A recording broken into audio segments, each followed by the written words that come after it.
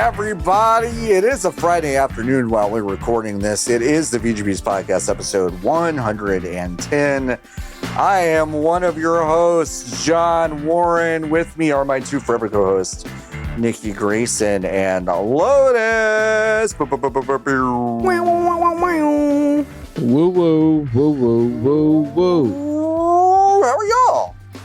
I made curry fries for lunch and ate them too fast, and now I'm sleepy. You're sleepy, huh? Because you ate curry fries too fast. So they're fries just with a curry sauce. I made French fries, and then, the Japanese curry cubes. Yeah. I made that, and then I put the curry on top of the French fries. Okay. And then I put mozzarella cheese on top of that. Okay. And then I ate it with my mouth. What part of that was unclear to you? No, I didn't know if you had, I don't know. Okay, got it. All of it, sure. I guess. All of it wasn't clear. I don't know how. Yeah. It was, because when you explained it, I was like, yep, that's Niki making curry fries. Yeah. So, yeah.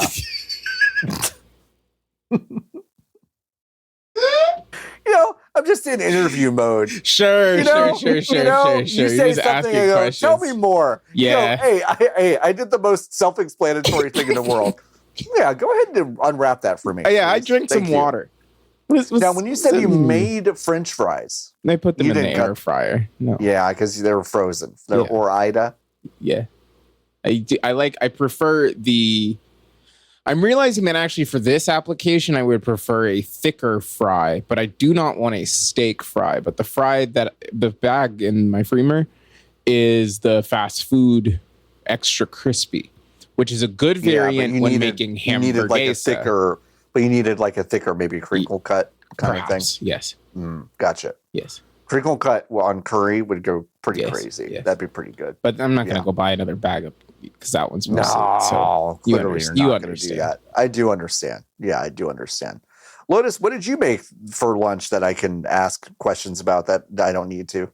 Watermelon aguas fresca with lobster. With lobster? With lobster, interesting. Yeah, now, it's the main. It's called the main treat. Yes, it's watermelon love agua fresca with lobster. Yeah, they love it. No, the reason for the cup. Hey, can I get a main treat? Can I get that main treat with my lobster roll?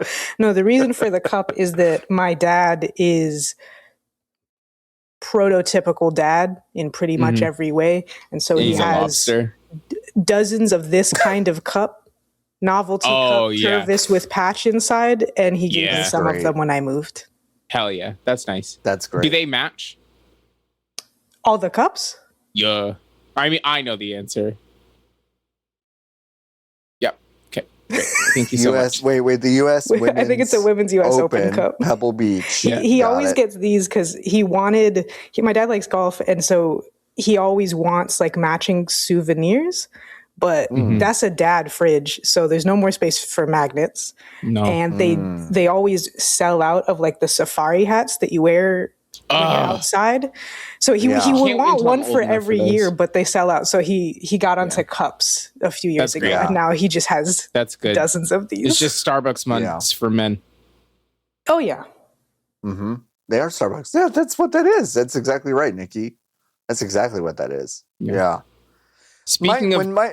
Go ahead, please. Speaking of cups, is yours further or closer away than my thing? Based on that, John, is the thing that you were going to say closer to this topic or further away from cups? It's, you know what? Lotus covered golf and cups, and mine is golf. Yours is cups. Mine is cups. So we'll go at the same time. We'll go cups, and then I'll see if I can, for sure. And we'll go cups next, and then I'll see if I can get you back to golf. Back to golf? Okay, great. And scene. Try it. And scene. Go. Okay, so I got a new Owala because I left mine, which is water bottle for girls. And it's good, huh? I got a new one. The story? Yeah. It's just the story's great. What color? I'm realizing. I'm just realizing. so I've just been in the bones of our YouTube channel, and everyone's like, what's the on ramp to get us to kind of keep going to that 45 minute listing mark? Yeah, and everyone's like, we gotta know about the girl cups. So I got the new cup because I left my old cup at the movie theater when I went to go see I Love Boosters, and then I quickly identified that that's where I left it, and then I just couldn't be fucked to drive over to Glendale to go get it until the next motion picture. I know. Until the next motion picture that I saw, which was Toy Story, which was a calendar month later.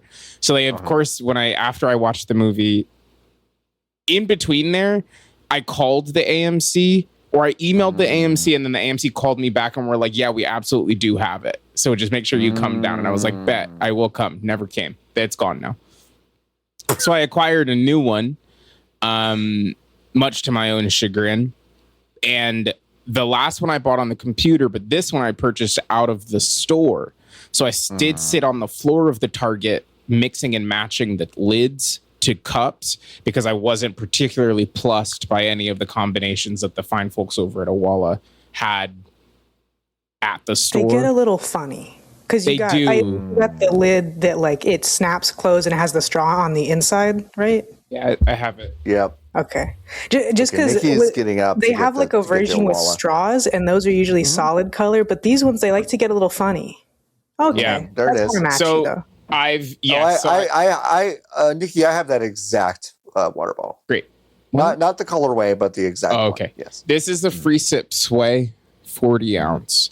I like it because it fits in my cup holder in my car. Yes. And my old water bottle didn't do that. It also was entirely wide mouth, and I have the the fine motor skills of a 7-year-old.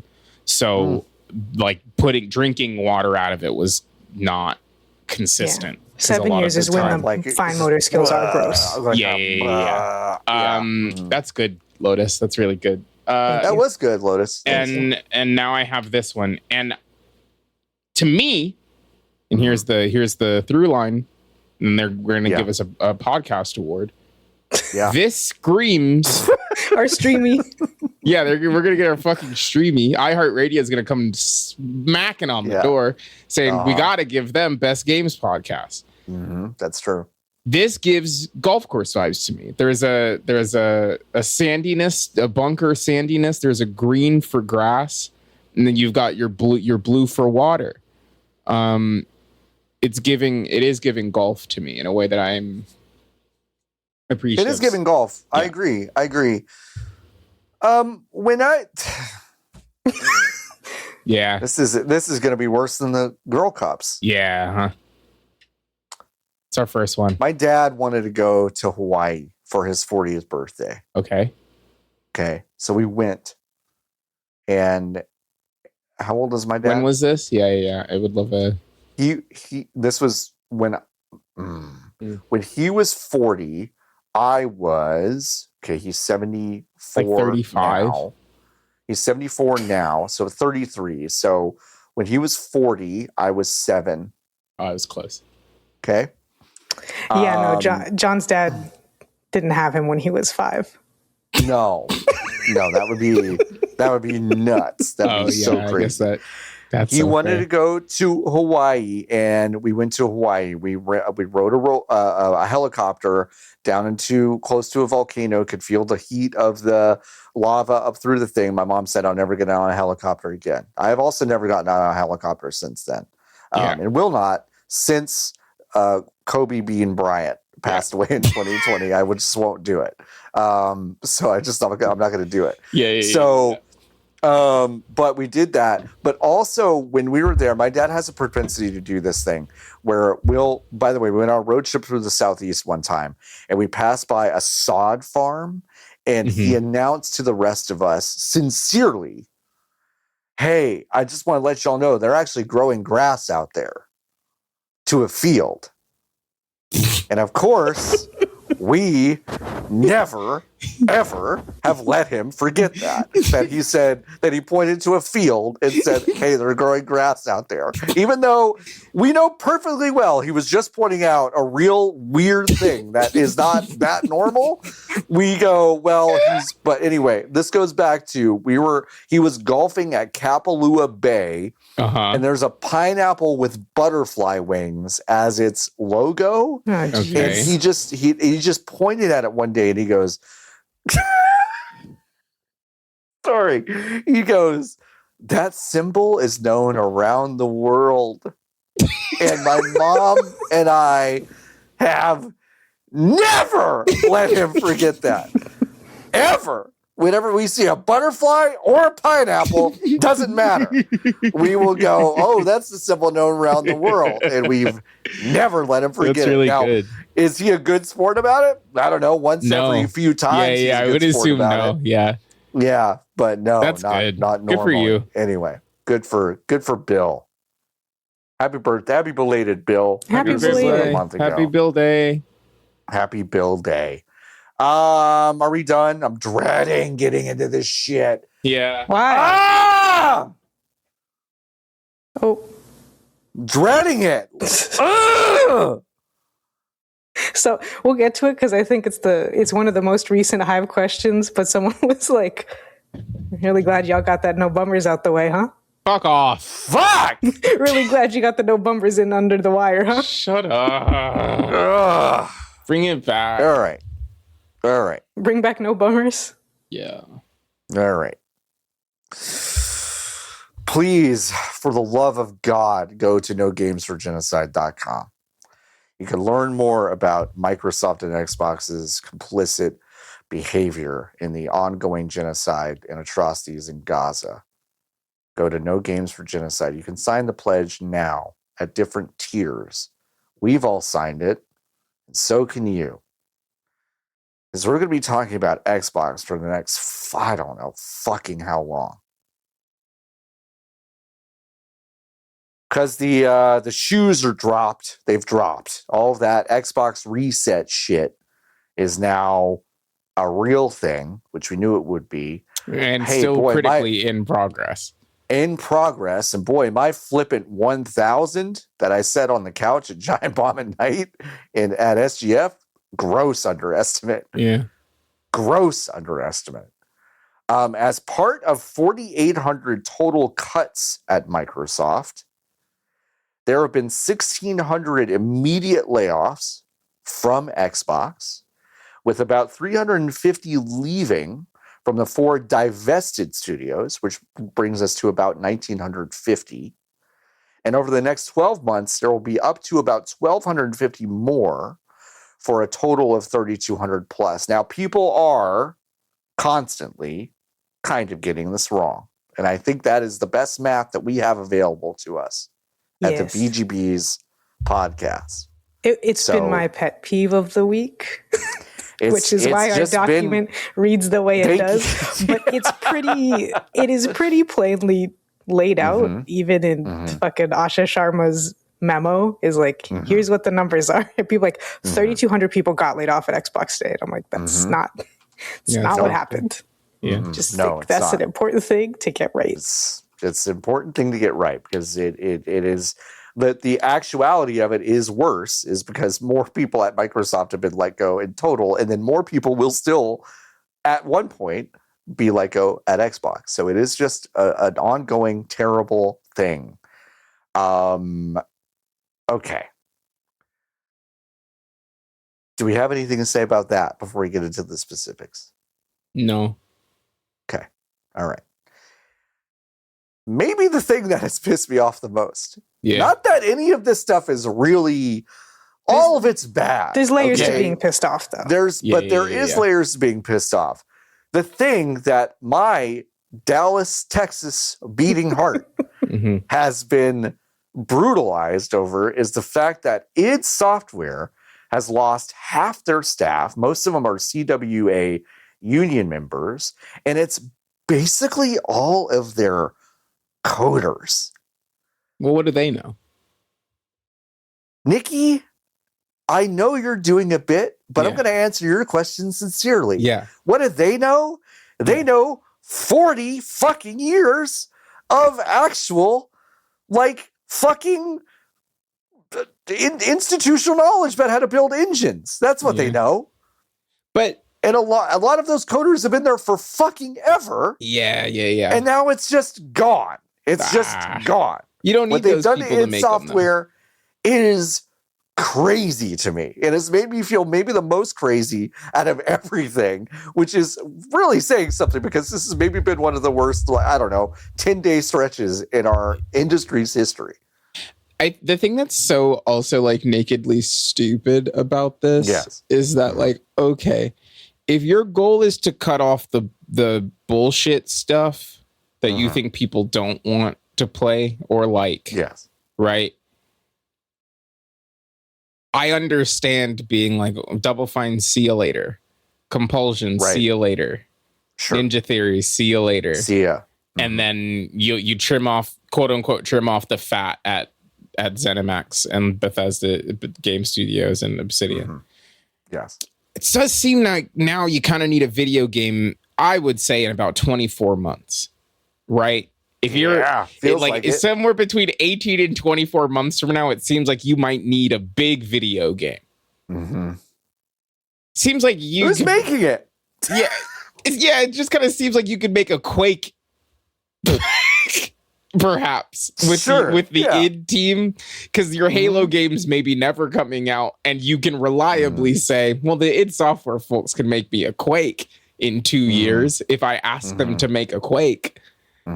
Why? Like, none of it makes sense. We'll go through this, and maybe we can talk about the broader idea here. But id Software has been decimated. They are apparently now going to be a satellite studio. This is a little bit loosier-goosier reporting, but a satellite studio that has been kind of asked to look at Unreal as maybe the engine that they're going to be using going forward. Just a quick question. Again, yeah, go ahead. Have they does id have an engine?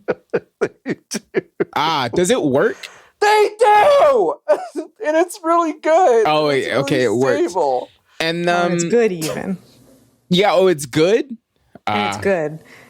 And part of the stated purpose of these layoffs was to reduce vendor costs, and we're gonna get an outside. Well, the thing about Unreal's famously very cheap. You don't even have to pay Epic. It's free to start. Yeah, when you download Unreal for free. Yeah. So I don't know what do you mean? You have to pay, and like a lot of stuff on the store is free. This image of Asha Sharma waving Matt Booty into her office, going like, "It looks like Unreal's free to start. Should we just do that? We should just do that. Let's just do that. Let's just do that." That feels the dumbest right. shit in the whole world. It's so fucking stupid. Like, it's the dumbest shit in the whole world. It's really bad. That part's really bad. By the way, Obsidian has also lost 60 to 70 staff. The sequel to Avowed has apparently been canceled, which is one of the best. Nobody liked it. Past couple of years, famously. Nobody liked it. Not a single soul liked that video game. It's not like Obsidian did literally everything you asked them to do, which is make bite-sized games at a clip that no other one of their satellite studios was doing, and most of their stuff was so critically acclaimed. Even if it didn't hit for me personally, it did pretty well otherwise. I fucking loved Avowed. Avowed was fucking amazing. Video game. It's a really good video game. I hate to say it because we're in the No Games from Genocide zone, but Avowed was one of the best games that I've played in the past few years. Really and now that sequel's done. And only now, according to a report, are they hitting the fucking Fallout button, which they could have done when they had a full staff of people. Well, John, and now it's too late for it to matter to me. Statistically, it only takes 20 people and 18 months to make Fallout New Vegas, so that's why they waited until now. Because as Niki said, they need a game within the next 2 years, so it'll be Fallout New Vegas 2. Here's a definitely real thing, real game that they have really announced, and not just to try to kind of claw something back. Yeah, I just am like, do you need an area designer or two like 2 area designers or a gameplay engineer or a narrative designer or a systems designer or a technical animator or a VFX artist or 2 art directors or a character artist or a producer or a senior gameplay engineer or a senior producer. Like, do you need any of that stuff to make a Fallout? No, you need a hope and a dream, a wing and a prayer, and about 3 people. Yeah, I don't think so. Only 30 people made Expedition 33. Well, count them. Go to the credits and count them. Look at the credits and count. It's only 30. It's the shortest credits of any video game ever. Shortest credits. Yeah, you don't need like 2D concept artists or character artists. No. Okay. You don't need them. Well, the only concept I need is Chad. Yeah. Mm-hmm. Okay, well, that's all you need. It seems like it'll be good then. Yeah, that'll be fun. Yeah. That's the funny thing is it's like as decimated as Obsidian was, they are comparatively spared compared to everybody else. Yeah, and I think which is an insane number because they made $3 trillion with Grounded, as we said before. Yeah. It's crazy that 25% is like they got off easy compared to everybody else. Yeah. You know, the ones that are gone. 25% is devastating, but compared to everything else, it's not as they didn't get it as bad. But yes, according to reports, they are now kind of internally looking at them as the studio that's going to pick up Fallout, which is again something that's right on time. They could have hit that button years ago, because this is a franchise, frankly, that has, I think, captured the broader zeitgeist and yet has not invested a fucking modicum into actually making a video game to correspond with any of that penetration. Which actually, can I make a real quick detour real quick and just go back to a previous point that has absolutely nothing to do with Xbox? Crazy that they haven't made a 3D Mario game, huh? It's not. It's not 2 crazy. movies, 2 films, and they've not come out with a 3D fucking Neither Mario. of them are good. And neither, I am aware of that. The Fallout show's not good either. That's different. They'll get the new 3D Mario when they catch up. They're still only on Galaxy. Yeah. So they've got a couple of games. So it'll be a few, after few 1 more. to 2 more movies, then the next game will come out. Got it. Okay, all right. We can go back to Fallout. I'm sorry. I do want to touch on the Mario thing. To me it is different because the movies are so far away from the games. Like they are so far away that it feels like they are detached from needing to be in any sort of marketing.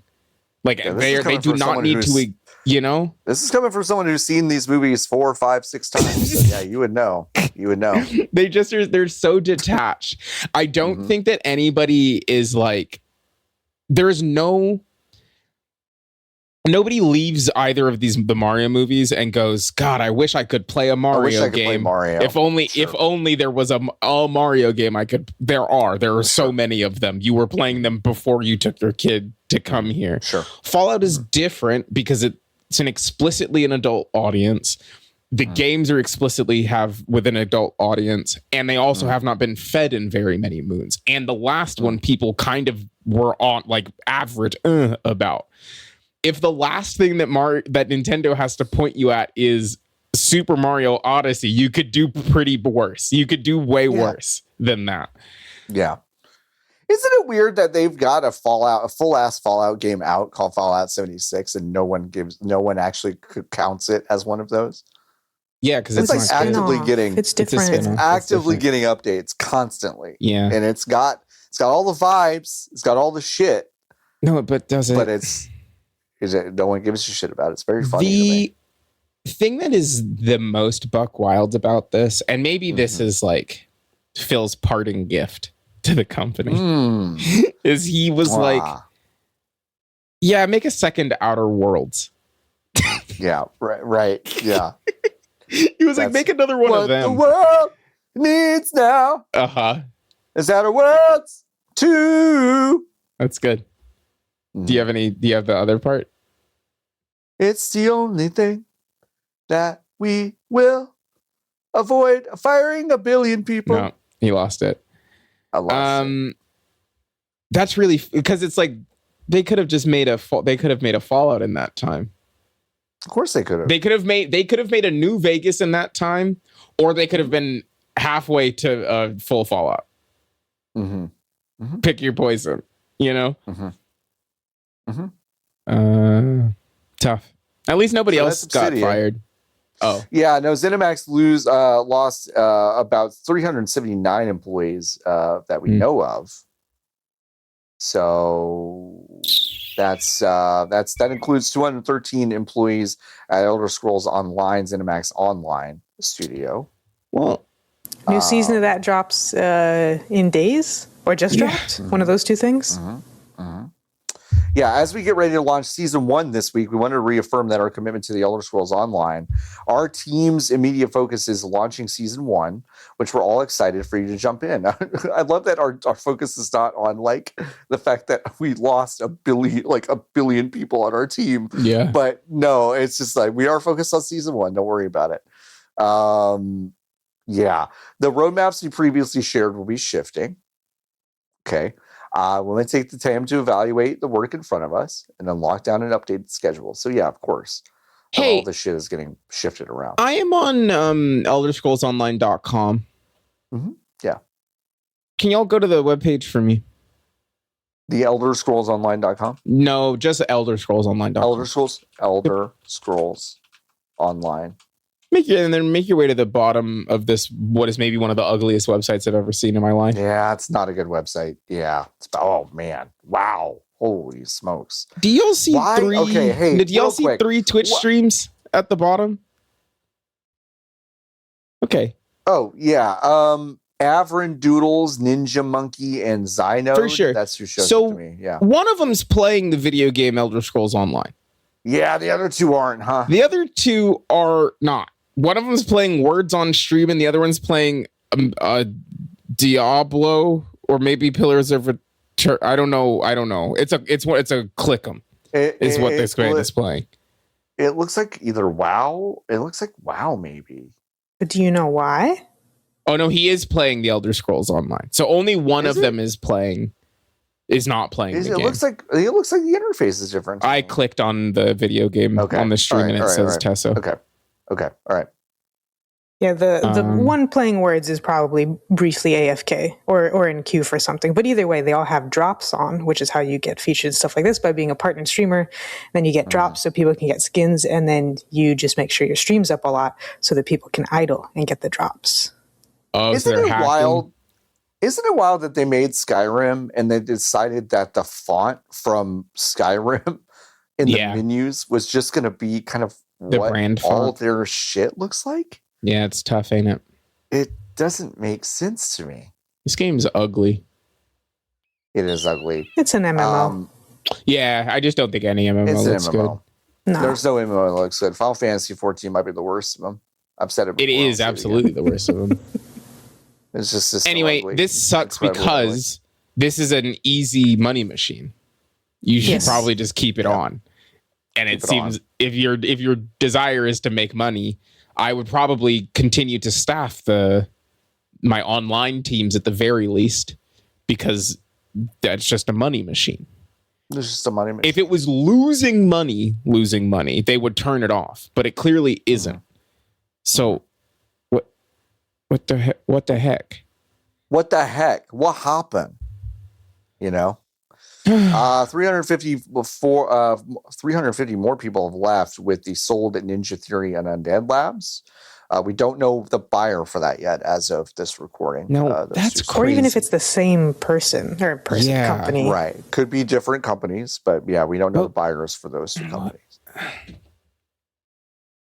Why not? Which would almost imply to me that is not a done deal. It's not done, right? That's not a done deal. Because usually you would be like, they've got it. Because if you're the other people, you want to instill some sort of confidence and at least maybe even soften the blow. If you're Asha Sharma and you're like, I can get a win here, which is we've sold off these 2 assets to this other company. Unless it's Sony, which you may not want to announce on day 1. Okay, but then the news has to come out. That's not done. And if the news has to come out.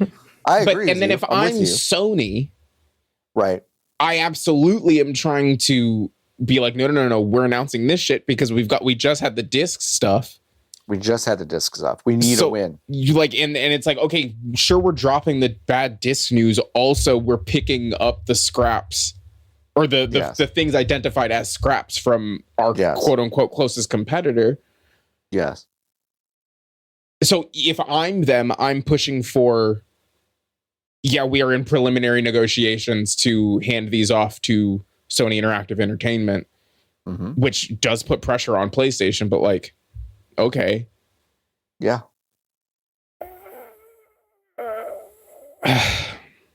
Okay. So we don't know the buyers for those. A Double Fine and Compulsion have gone independent. Compulsion, them as an indie seems precarious, but they Tim laid Schafer a bunch of people indie, off, and then they had to. And then they went independent. Yes. Tim Schafer probably has more access to money because of just institutional whatever, and also clearly having dirt on people. We don't know that. Allegedly. I think he just has, I think he might just have a lot of money. Allegedly. He just has a lot of contacts. And then Arcane is actually in consultation because they're over in they have rights. And they have rights, and they have to actually go through this. Arcane in consultation means they want to close Arcane and Leo. And, yes, they're deciding whether to sell or close. And they just have an extra step before they can even get to that part. Yeah. Yes. So fairly consistent with what we had heard last week. Double Fine and Compulsion did take full control of their IP, which is interesting. Wow, how generous. Not generous, the bare minimum, but also surprising, unfortunately. Is it? Like, but okay, but like... It would cost Xbox more money to negotiate to keep Psychonauts than to just let them happen. Right. And that's where I understand that. There's no world where anybody... I see where you're coming from, though. Yeah, I get you. But I'm also like, they're not going to... Like, why would they? The idea of even waiting 5 years and then being like, we've given Psychonauts to Playground, everyone would be like, well, I'm not buying that video game. See, I simply am not the rare IP that they have. No, exactly. Like, they're not gonna. That wouldn't happen. It feels like it's like, yeah, you kind of have to give them the thing. There's no reason not to. There's no reason not to. Also, as part of this, we talked about it last week. IOI having some layoffs as part of their Xbox's divestment from Project Fantasy. We now know that it is basically shuttering their Istanbul studio in Turkey. Ooh, Turkey. Someone just corrected us. Is it Turkey? Turkey. Someone corrected us on the YouTube channel. It's Turkey. Okay. All right. They're in Turkey. This was only opened in 2023. So it is a fairly new studio. It's been around for 3 years and some change. And they're closing as a result of that divestment. What are they doing? I ran a poll. Okay. Which was only obviously taken by complete industry lunatics. Oh, no, okay. Industry insiders, intelligent people. Bill Gates took it. Steve Jobs took the poll. Oh, so like, okay. I kind of like, I put my feelers out. Walt Mossberg, remember him? I got him to do it. No, I don't. But yeah. You don't remember Walt Mossberg? He's of your era. Did he cook the meth? No, he didn't. He in Hollow used Knight, to be maybe? Stupid. Walt Mossberg used to be like, he was like the first consumer electronics journalist. He worked for the Wall Street Journal. He had like a personal technology column for many moons. I'm not sure I believe this, but I'm sure. Okay. I ran a poll on Blue Sky. So it's not real data or science at all because some of the people gave me fucking joke responses, which come on. Including Chappie's dad and Soulja Boy. Someone also said that Tony Khan was going to purchase it. And that's crazy. Okay. Someone said Gary's Towing and Repair LLC in Saginaw, Michigan was going to purchase it. So it's not perfect science. Okay. Yeah. Seems like some shucklefucks kind of took your poll. Yeah. But I did give these options. I said Amazon, Apple, the PIF, Saudi Arabia, Elon, Mm-hmm. NVIDIA, AMD, Meta, Microsoft keeps it, or other, which is how we got those very funny replies. Would you like to take a guess as to what everybody thought? There were 250 respondents. I think Amazon most likely, and then Elon is actually somewhere close to the top. Okay. That's what I also thought was going to be the case. Mm-hmm. But I actually, also did forget the other answers. That's already. fine. It's okay. It's not real science, Lotus. Don't forget. This is just a podcast segment. I'm doing like a kind of funny giant bomb kind of a thing, you know. PIF says it's 94 people, so 35% of the people who took it. And then Elon is at 17%, and then the next closest is Jeff Bezos' website, 42. I think Amazon is exponentially more likely to pick this up. Did you also for PIF? Did you write Saudi Arabia in the thing? Did. I was going to say, there's no way that many people knew what that was. Yeah, no, that's why I had to. Yeah, I think Saudi Arabia is it makes sense why people would think it, and it's certainly, I would say, with what they actually have under their umbrella, a better investment than a lot of what they have invested in. But I don't think they know what to do with it. I think Jeff will make a stronger offer for it than Saudi Arabia would. Yeah. Well, what do you think? I don't know. If you use our promo code VGBees on Kalshi, get $15 in the prediction market. And you too can make your voice heard on who's going to buy Xbox.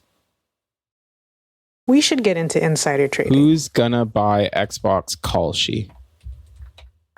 Who's going to buy Xbox Kalshi? If we create a prediction, do we get a cut of the... That's what I'm trying to figure out literally right now. The only Xbox thing on Kalshi is... This is like... How is this real? What, Kalshi? Yeah, because it says... Haven't you seen the TikToks where a guy's like, I made money on the weather. Go to Kalshi.com. No, for sure. Sure. If I put in $1 right now on will there be a new Xbox this year, yes or no, I will get 12 cents.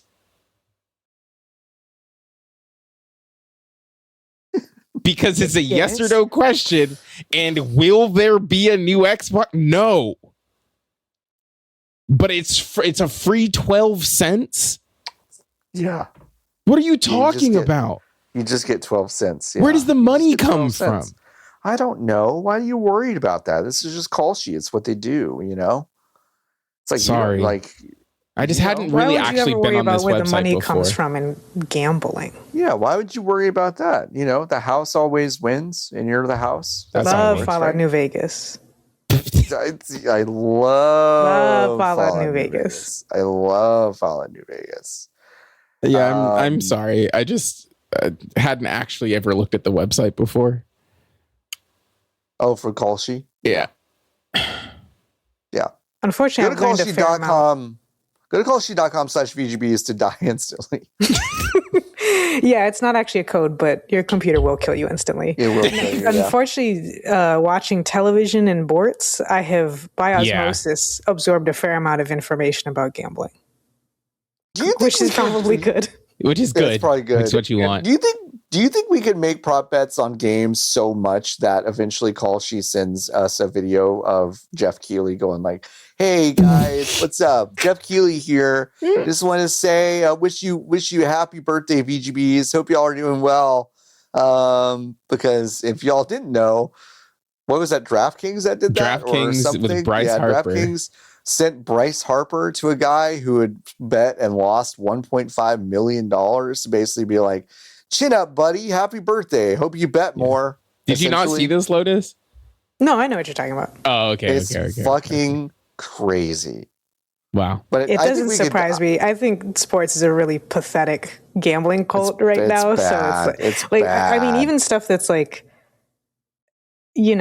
Apple is a shadow of its former self, but it does still retain some of its aesthetics and pizzazz. Sure. Yeah. But if you are forced to watch a Major League Baseball on Apple television, because that's where your favorite team's game is, they do display betting odds 24/7, updating in real time in the corner. Yeah. So yeah, it's a surprise. MLB. I thought you were going to go for more of like a hostage situation kind of thing. I think if we were able to drive enough subscribers to Kalshi, they should send Jeff Keighley hostage video to us. That would be great. That'd be great. That'd be great. Even if it was just like a cameo, I typed in video game into Polymarket, and if I bet, I'm closing it. What's the next thing?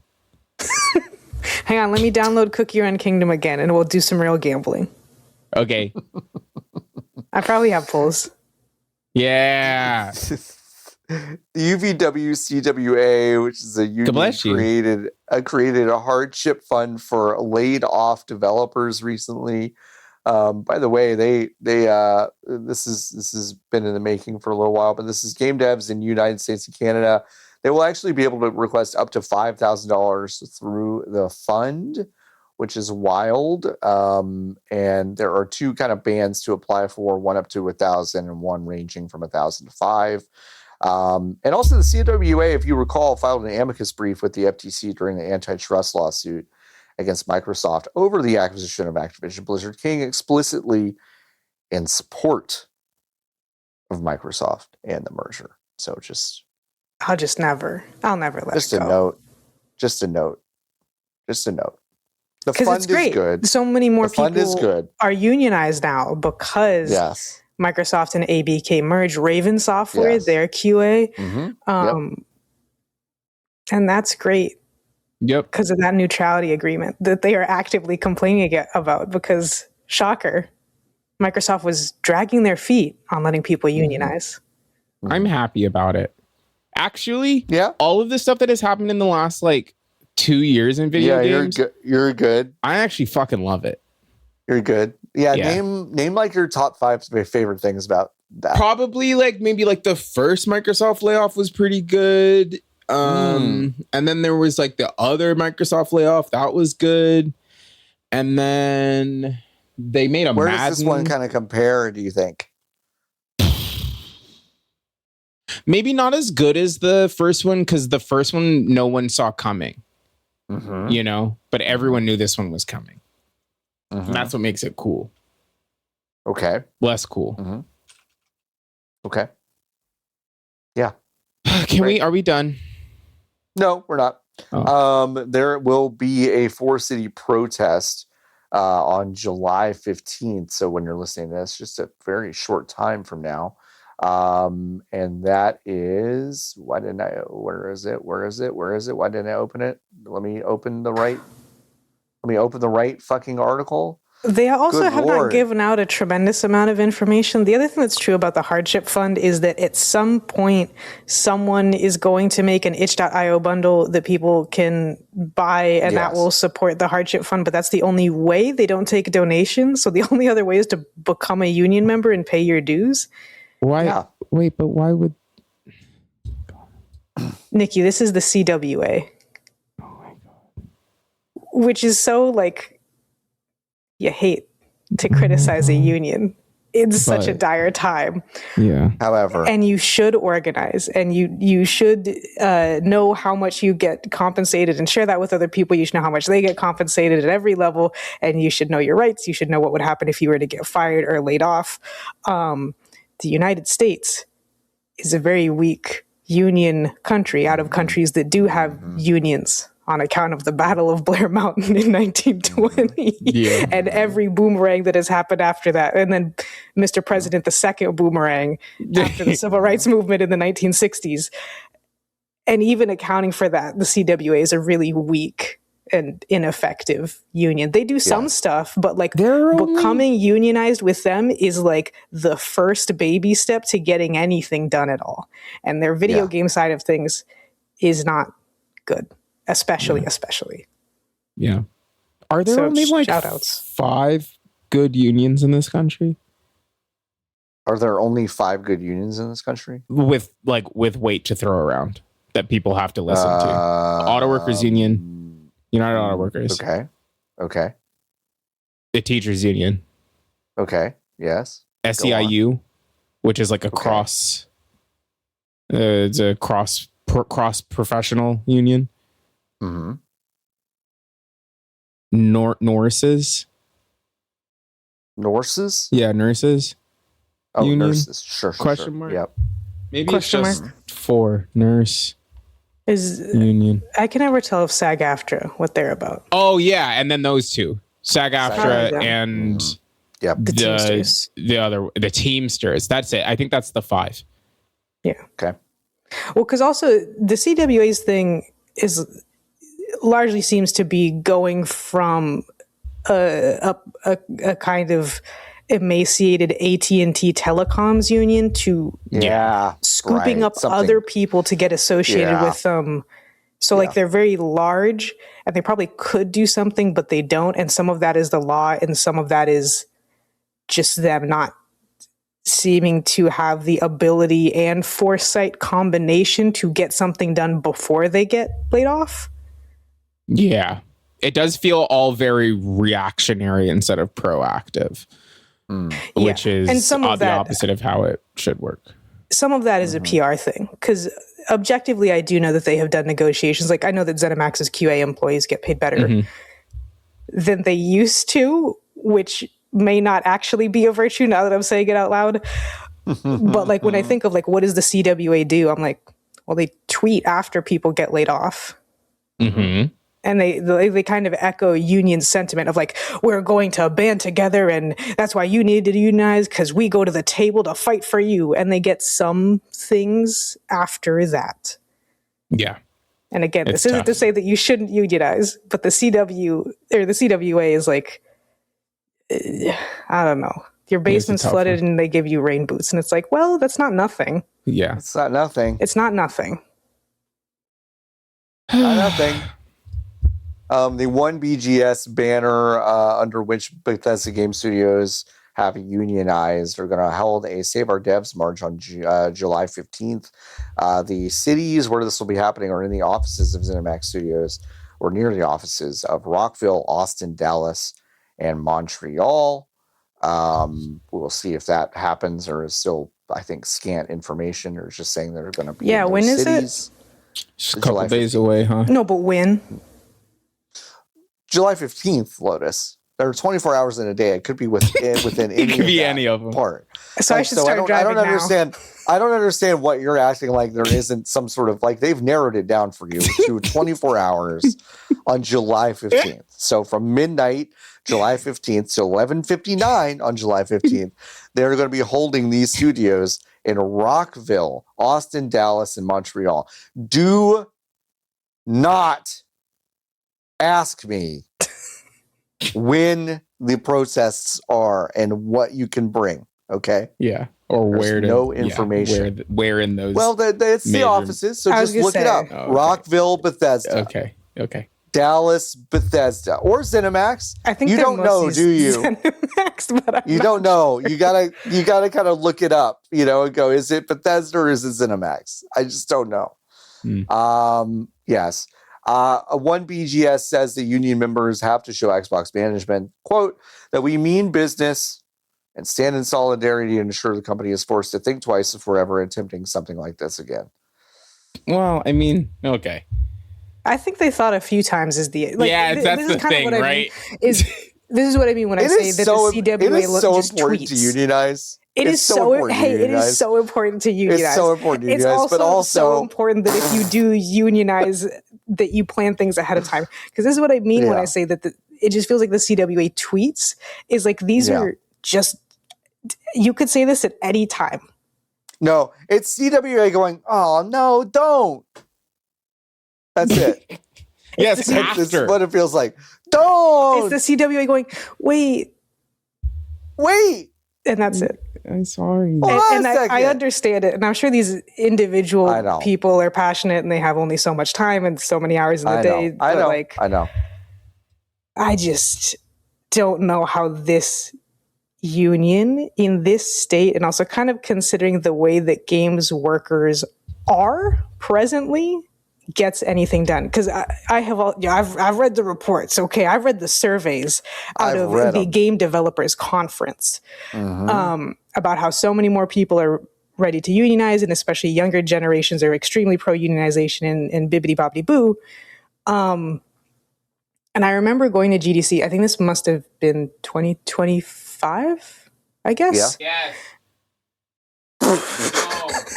No, thank you. A million miles off screen. Thank you. No, I know. 2025, and the CW was doing like a push. I can't quite remember, but I want to say that UVW was like technically not a thing yet, or had just become a thing. They announced like open enrollment basically at GDC.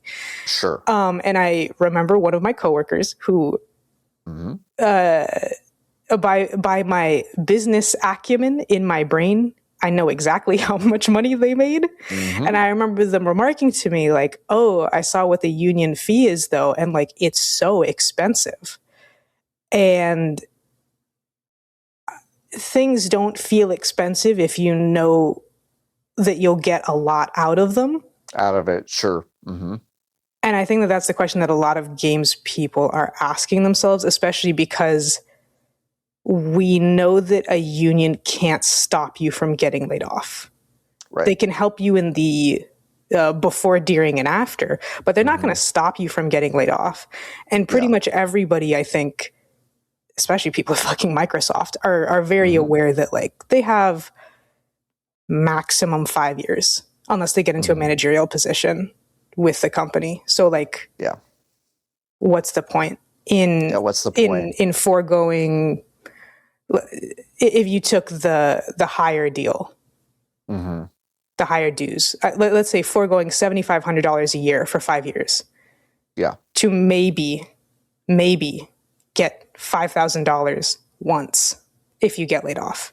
If you get laid off, right? Like that, there's more math to it than that of like getting your compensation increased. Yes, but there is not a good PR case for joining a union as an American game developer right now. Yeah, no.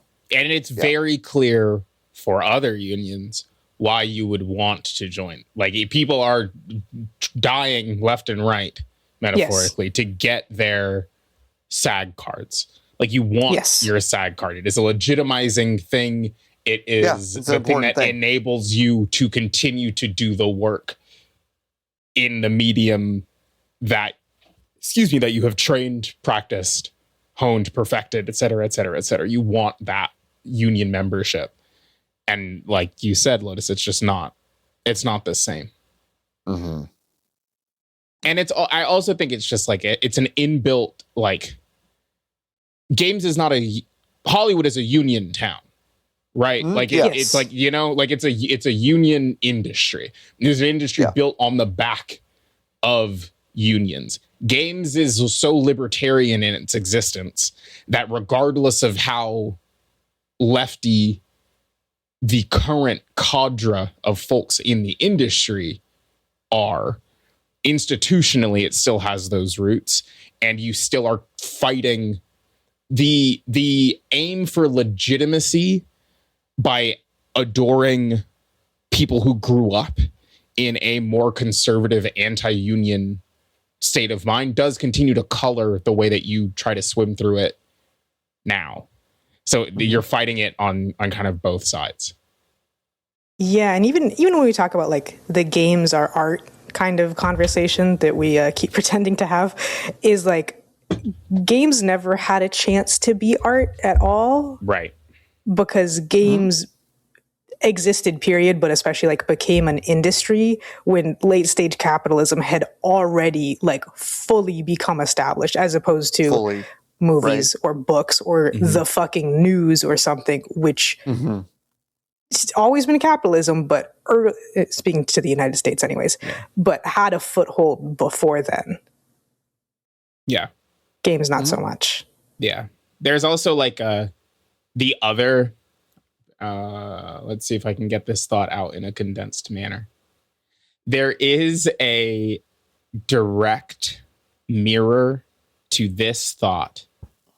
I've been thinking a lot about like the conversations that we are having around video games and this explicit and obvious crash that is happening, and the elimination of talent and the removal of institutional knowledge, the destruction of institutional knowledge, a lot in concert with the United States men's national team losing at the World Cup this year.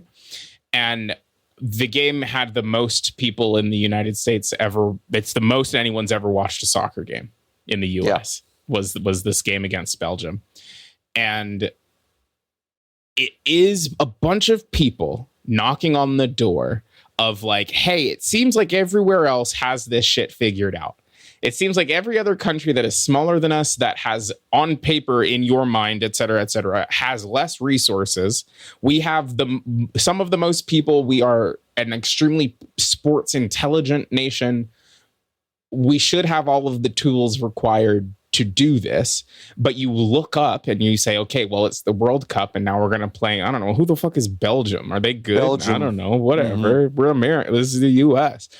America. And then you watch the team absolutely get demolished, and then people go, oh, I guess that means that there's nothing to do here. When it's like, no, the reason why the US continues to get into this position is because we lack the institutional ability to invest early, because soccer got popular in this country off of the back of late stage capitalism. Like, the only reason we have the league that we have in this country, MLS, is because FIFA was like, you cannot have the World Cup in 1994 if you do not have a professional league.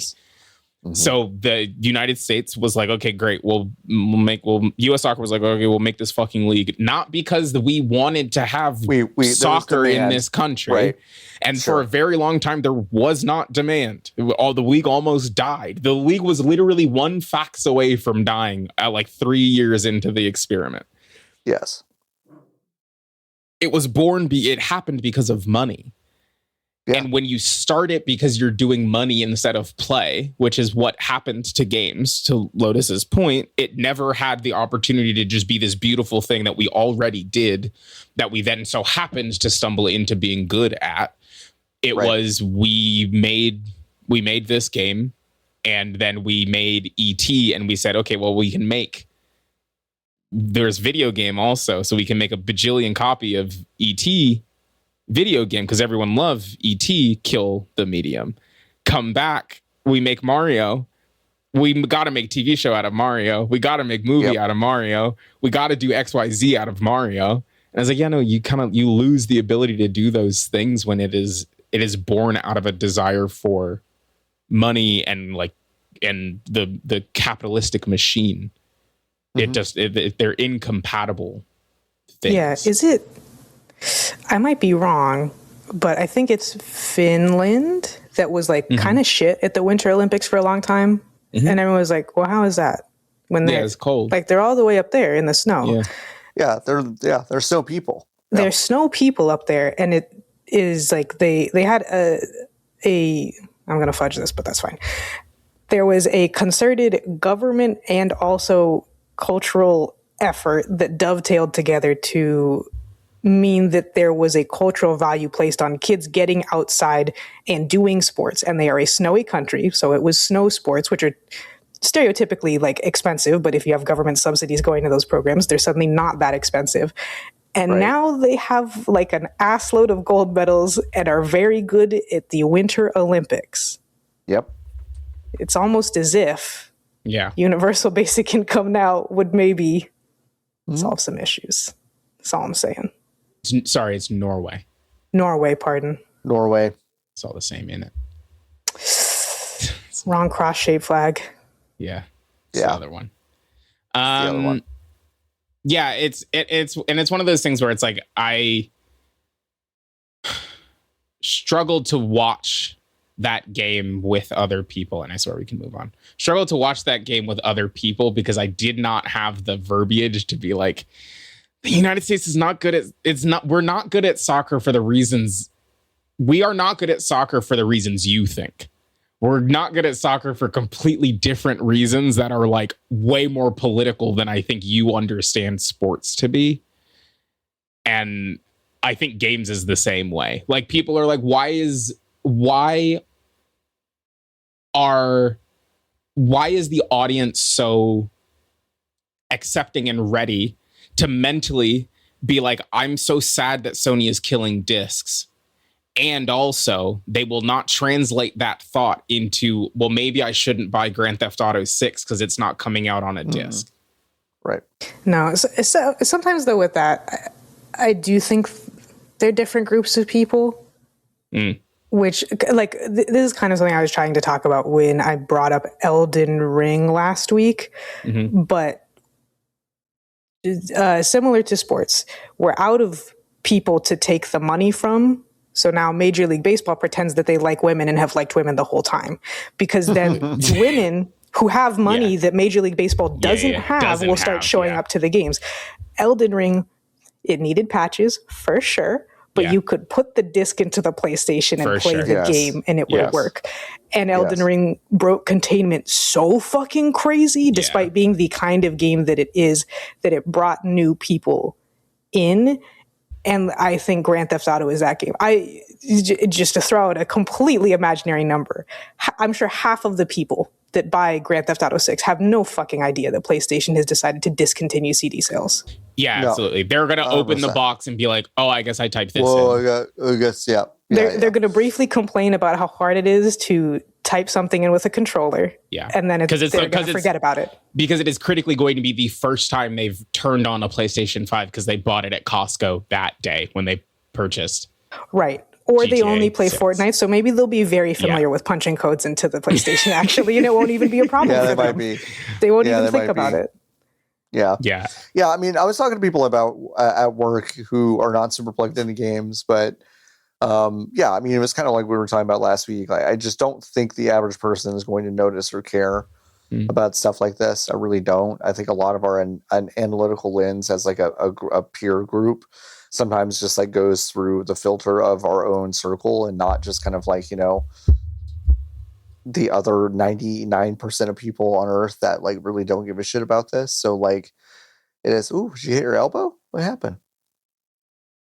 My knee does this cool thing where I can feel my patellar tendon or whatever one of my CLs in my cruciate ligaments in my knees. I can feel them twist on each other sometimes. Oh, that's good. I'm sure that's good. If I move too quick, I'm obviously afraid that I'll Tom Brady my fucking knee. So that was sorry. Oh, you're good. That was Niki's ACL minute. Yeah. ACL minute with Niki. Yeah, I don't know. Well, we're just trying to, you know, answer the most complicated question of all time, which is how do you get people to care? Yeah. That's all. It's just that. That's the question the CWA needs to answer, first of all. That's the question that we need to answer at times. I do think a really interesting thing is happening this week where College Football 27 just came out. And in the Road to Glory mode, yes. This the Road week? to Glory. I think so. Yeah. Sorry, this is like I did not realize that video game came out this week. Yeah. Do you know why? No. In Road to Glory mode, you literally cannot get your player above 80 without paying more money to do it. This explains the mostly negative on Steam that I've seen, which is a rare score to see. So this is a hot tip, and I'm not going to say who it is because he doesn't listen to the show, and I'm not trying to cross the streams. Hot tip from one of my coworkers who's more plugged into this than I am, who is on the 1 week ahead of time preview mode of this thing, going, dude, I saw him yesterday. He goes, dude. I was like, what's up? He's like, EA hasn't tweeted about NCAA College Football 27 in 2 days. They were tweeting like 3 times a day for like the past 2 months. They're not tweeting about shit because everyone's so pissed about this. And I did look into it, and a lot of people are really mad. Yeah. So there is a thing happening. Yeah. Where I think these big publishers and Microsoft and Sony and all these, they are testing the limits. Yeah. They are hard testing the limits of what they can get away with. And I think they can get away with a lot, but I don't know if they can get away with everything. Microtransactions are one of the things that somehow even... It has unified us. Not just that it's unified us, but even someone who's pretty like not games literate knows microtransactions bad. Bad. Yeah. And even like the strangest thing about it is I think the more casual person has a much wider view of what a microtransaction is in a way that I enjoy, even though it's technically not correct. Like if a game releases at anything but free, well, I'll say anything below anything above $9.99, and they have a supporter pack, that's a microtransaction, and people will give you shit about it. That is a microtransaction, yeah. Mm-hmm. And I can't say that they're wrong, and I would like them to continue being angry on the average. Sure. Give EA Sports TM College Football 27 a 22% positive rating on Steam. Mm-hmm. Yeah. Get it lower. Whatever. Get it lower. Get it lower. Also, it's AI-generated content, apparently. Did they add this just now? Maybe. I would assume that like the college, build your own college logos in the video game are probably AI generated. It has a few things. It looks like some of the voice stuff is. Dynasty like and RPG modes, storyline content in a hub screen, design, implementation, and tuning, line break, commentary, scripting support, trophy room support, creating more realistic play calls made by CPU teams. That sounds like CPU. That just sounds like ready, right? That's not AI. Like that's the thing is that like that's and again that's a purposeful obfuscation by these big publishers to go. Yes. Well, this is all Gen AI. It's like, well, no, dog. It makes everybody else more confused too. I felt so bad. There was some random. I don't even remember what it was. A random free game I was looking at on itch, and on itch you can have this no AI generated content used thing that a lot of people will solve for just to they'll browse everything as long as it's not that. And this poor person was like, apropos of nothing, they write their little forum post. Oh yeah, I took off the no AI generated content thing because I use Google Translate for some stuff. And I'm like, well, when I was like, it is a large language model. They probably use Gen AI in it, especially now, to some extent. But no one's talking about that. Even if it's technically correct, I know that no one's talking about that, and no one cares if you say, how do I say, like if you just punch in something and you go, oh, I guess that's how it works, and you put it in your game. Yes. But that is like the other stage of the deliberate obfuscation of what is AI and what is not. We already talked about the whole Sony thing where they're definitely using AI, which people are still reporting on 100%. Despite not reading it or knowing what any of it means, which drives me crazy. Yeah, hate that. That's all I have to say. That wasn't a complete sentence. I just hate that. Fine. No, I hate it. One of my favorite footnotes from this week also is, I don't know if y'all caught this, but the Federal Reserve announced a group of task forces. 5 task forces for communications, balance sheet, policy, data, productivity and jobs, and inflation frameworks. Mark Andreessen and Charles Jones are both part of the productivity and jobs task force. They're really good at jobs. Really good at jobs. And, the third one on that chair is Asha Sharma, Executive Vice President and CEO of Xbox, part of his Microsoft. Know how to make them, know how to take them. Need them exactly. all. Knows everything about a job. Knows how to use the whole animal.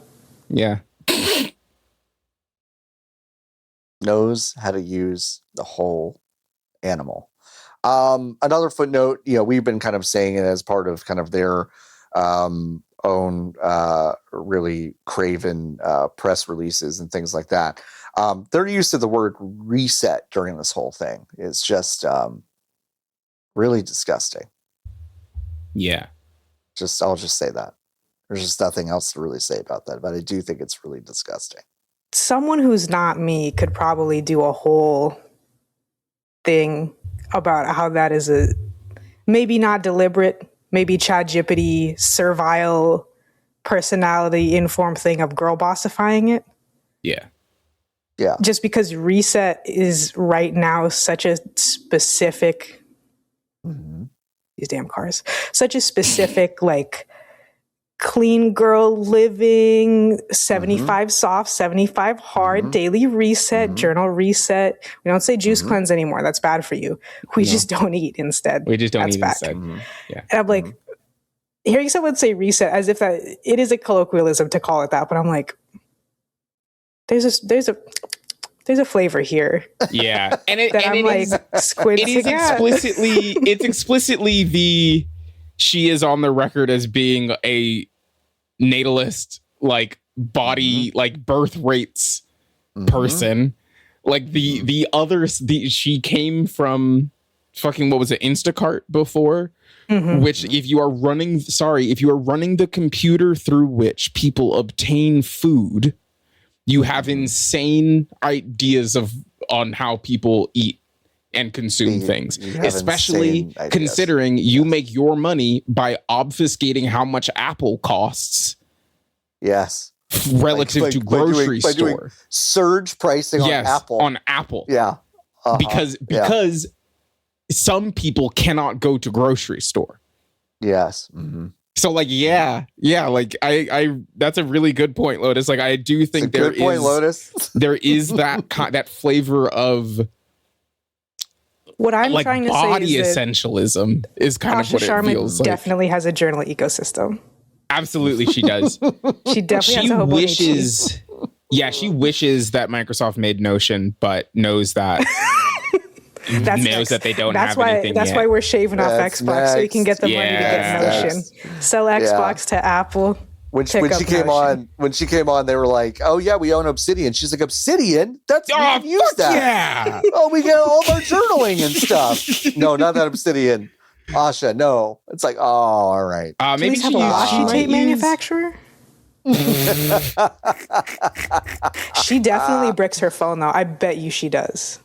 Oh my god, she has the thing. She has the brick. Oh, the brick. Yeah, she has the brick. I wish I had a brick.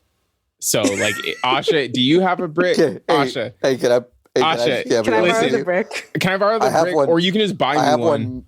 I have one magnetized to my fridge right now. Never used it. Really? Can I have it? Never used it. Yeah, I can send it to you. Okay, thanks. I do want it. All right. It would fix me, actually.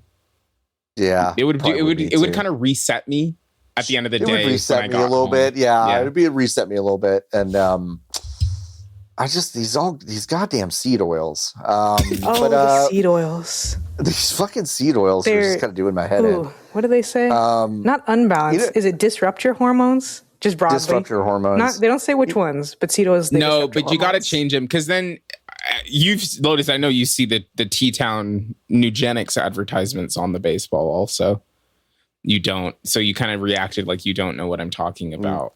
Which part of that was confusing? Was it the Nugenics or the T-Town?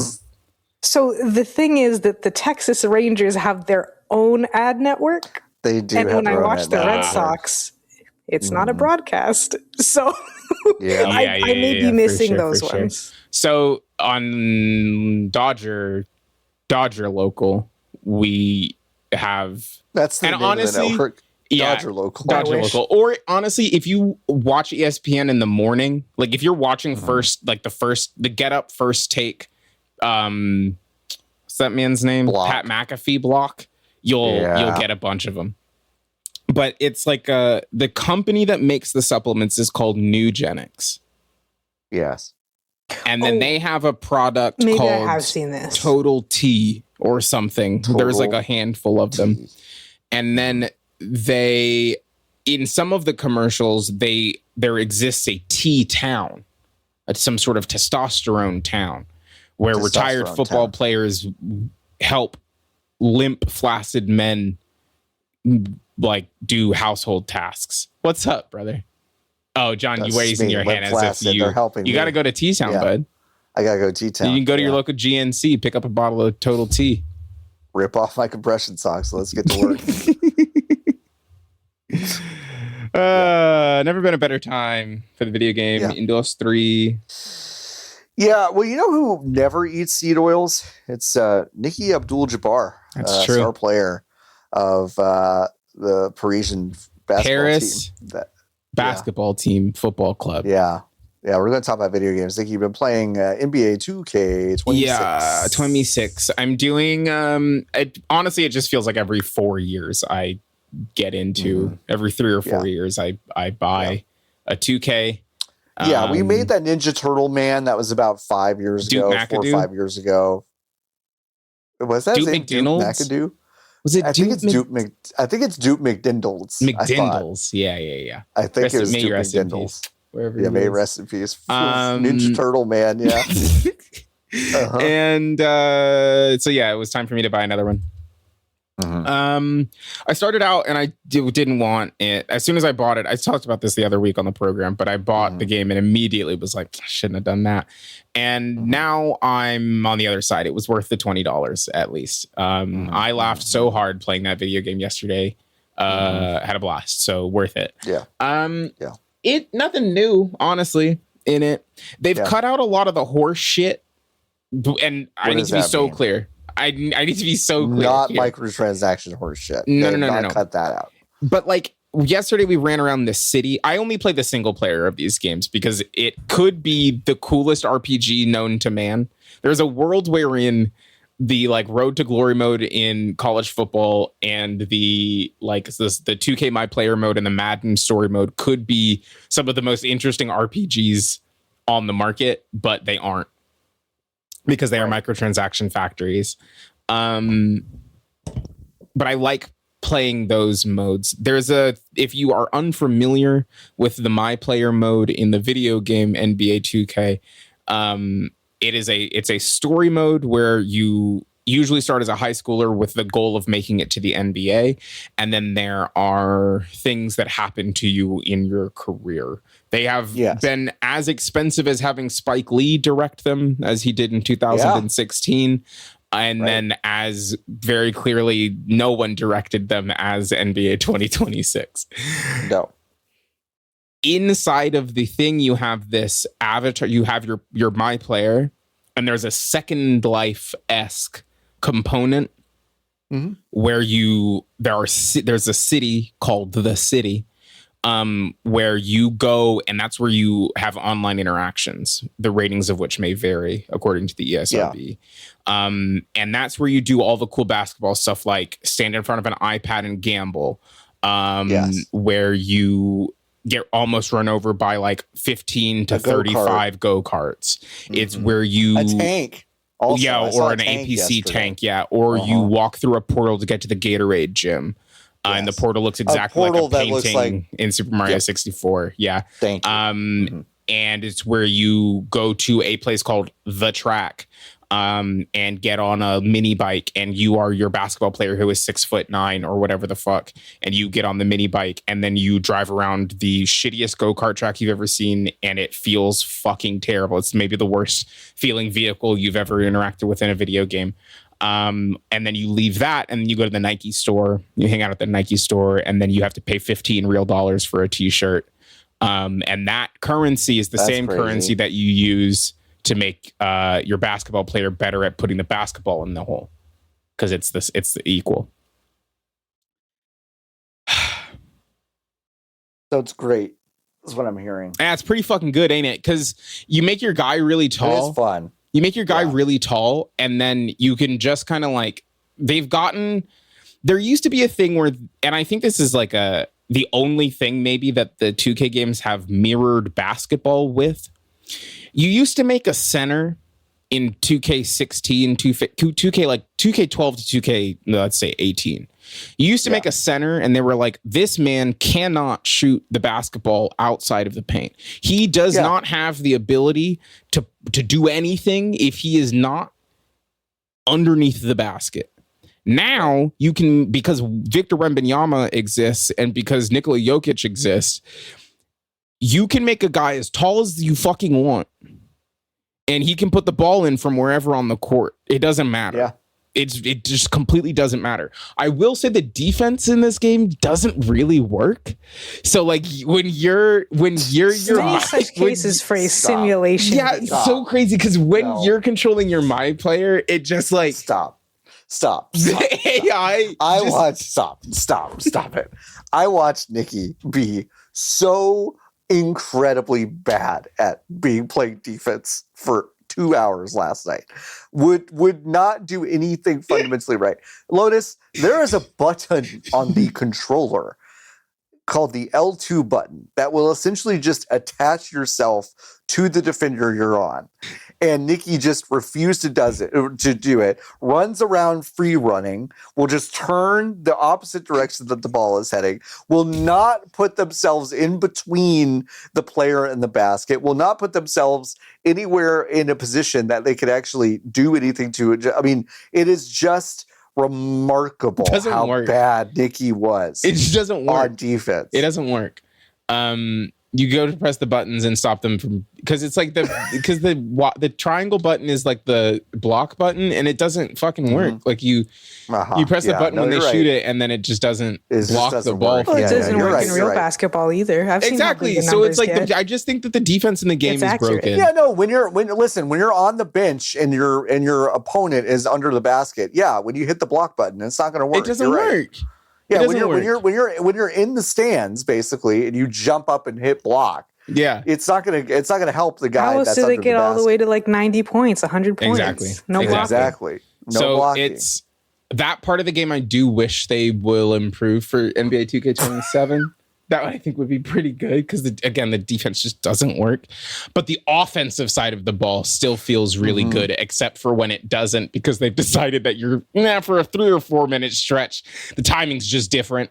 It's different. Timing's just different. It was just different, ain't it? And for no real Did you turn off hardware acceleration? Ooh, no, I went through the settings and I turned off... For some reason, in their infinite wisdom, the button to do dribble moves and shoot the stick is the same. So by default, when you go to like do a crossover, sometimes you just shoot the ball instead if you don't turn that off. So I did go in and thanks to whoever, I think it was maybe Meltdown in chat, told me. I think it was Meltdown. Turn that off, and that helped me. So I'm continuing to play that. The story mode is probably like 10 or 15 hours long. They're never super duper long. But in this one, you start out as a high schooler in Vermont. Then no one comes to scout any of your games, which makes you sad. Then you're a TikToker and you make it's kind of like it. I think they think that you are Jared McCain, but it doesn't really work. Because you're a very soft boy. Like, it's the softest a voice actor has ever done a performance in one of these games, which I do think is really interesting. And you're a TikToker, and then a scout sees your TikToks, invites you to Los Angeles to play, like, club league over the summer. And then you go to a party that your teammate hosts, and then you miss practice. And then instead of the team being like, well, you're a high schooler, it doesn't fucking matter. The coach tells everyone, including the media, that you missed the game because you were suspended, which means that no one wants to draft you, or no college wants you, so you have to go to Europe to play in France. So now I'm in France, and that's where we are in the story. Okay, thank you. The coach, by the way, of the French team talks about just uses analogies of different hip hop artists. You gotta play as fast as Busta Rhymes raps. Yep, that was a line. And it's just like, okay, white guy, by the way. Yeah, obviously, white, like kind of George Costanza looking guy. Yeah, he looks like he's from a different year. Looks like he's from '83. Yeah. Yeah, the game explicitly puts you in 2024 to get you ready for the 2026 NBA season, which I think is interesting. Yes. Which is interesting. So those games are big. These sports games are so big. Each mode could probably kind of is its own skew. It's its own skew, right? So I never do anything but play my NBA, which is essentially the franchise mode. And because that is true, I never interact with any sort of the microtransaction elements. So whenever people are like, oh my God, microtransactions are killing this game, I'm like, huh? Yeah. Because I just never play any of that stuff. Right. Lotus, I didn't play shit this week, so. Nope. Cool. Just haven't had time. Didn't have time. Niki, we're going to let you go very soon. Do you want to stick around for a couple of Hive questions? Yeg. VGBees.com/join is where you can go and join the Hive, folks. Join the Hive. Please support us. It's the only way to monetarily support us. It's a wonderful way to spend your money. VGBees.com/join.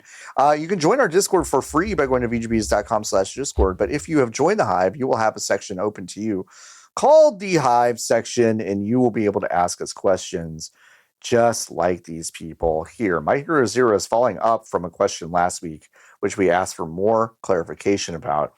Following up for songs Riding on the Train, the vibes are Subway, Choo Choo, and Being Accused of Murder by Hercule Poirot.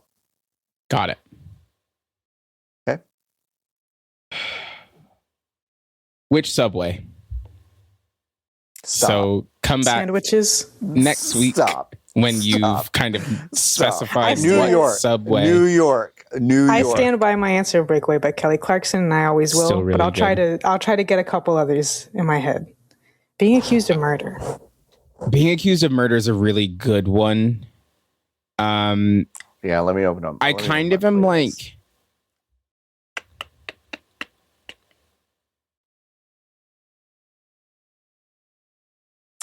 Escapade. Janet Jackson is my That's a really good one. Perhaps my I'm on the Subway. Really good one. That's a really Vote. good one. That's a really good one. That's a really good one. Yeah. I'm trying to figure out what song I would want to be accused of murder to. That's such a good question. Yeah, that's what's really important. Maybe Death and Romance by Magdalena Bay. All right, you've been addicted to that song lately. Yeah, it's a good song. That's a good track. Oh, Pray You Catch Me by Beyonce. I could get accused of murder to that. That's good. Yeah. Mm-hmm. Or Sorry, but the original demo version, which I do prefer, and I stand by that. Yeah. Usher Confessions. Okay.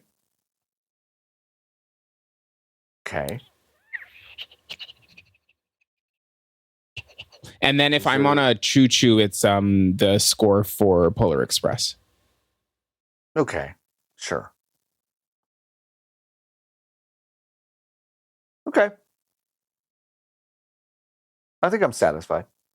How about you, My Hero Zero? Kalela's new album is out. Yes, it is. Just came out. I didn't realize. I thought it was tomorrow. Vince Staples. Arcavian. Oh, go ahead. Vince Staples has a show on Apple Music now called 5 on Fridays or some shit like that. And it's very funny. The log line for the show is Vince Staples picks 5 songs he likes, but the show was an hour long. So obviously there's more than 5 songs in it. So that he kind of this I think is the first week of the show because I hadn't seen it prior to this. And at one point he's like, it's really good. But at one point he's like, well, we've played enough black people, so I guess we got to play some white people. So I guess we'll play Green Day. And then he plays it a new Green Day song. And then he's like, I'm mad at them because they didn't ask me to audition for their movie, which comes out on August 18th. I won't be mad at you forever, but I am still kind of pissed. Then he plays this Green Day song. And then he's like, speaking of white people who make music, here's U2. Do you remember U2? They've made a lot of music since they were putting music on red iPods and iPads. It's good. And then he said, because in an effort to destroy AIDS in Africa. Last time I checked, we still have AIDS, but U2 is still here. And then he played the U2 song. It's fucking awesome. Fucking funny. He also played the new Kalela song. So anyway, that was my story. Thank you so much. That's how I knew the album came out today. That's really good. Harkavian is asking 3 games media questions that we can answer, I think, pretty quickly. I was going to say pretty quickly. Sorry. I think so. Sorry. Is it standard practice to pay guests to appear on podcasts, or are those folks essentially volunteer? It's not standard practice usually. It's volunteering the same way pundits go on the news, whether they are whoever or university professors specialized in subject. They just ask you ahead of time if you will call in. Yeah. Have subjects ever asked for payment in exchange for an interview, or is the coverage of whatever they're working on usually good enough? Well, the coverage, at least here, doesn't matter, or anywhere I've been doesn't matter because it's not really good for them. I think I've been asked once. Even when I was at Giant Bomb, nobody asked for money. We may have obliged them, but it is not normal for that to happen. Do structured corporate outlets like GameSpot, IGN do piece rates for content their employees produce, or is it usually just part of the greater salary package? Just part of the salary package. Yeah. Or maybe bonuses connected to output or performance, but it's usually you're just baked in. Niki? I don't know. I don't have anything. No, else. I'm just telling you. Oh, it's time for me to leave. I hope you enjoy your day. Oh, I can do one more. You want to do one more? Yeah. You're not going to want to do one more. Give me one more. Blackjack Attack. I swear to God, we've been asked this question before, but we're going to answer it again. We've been asked something similar. I think we've been asked this question before, Lotus. But that's okay. I'm willing to answer it again.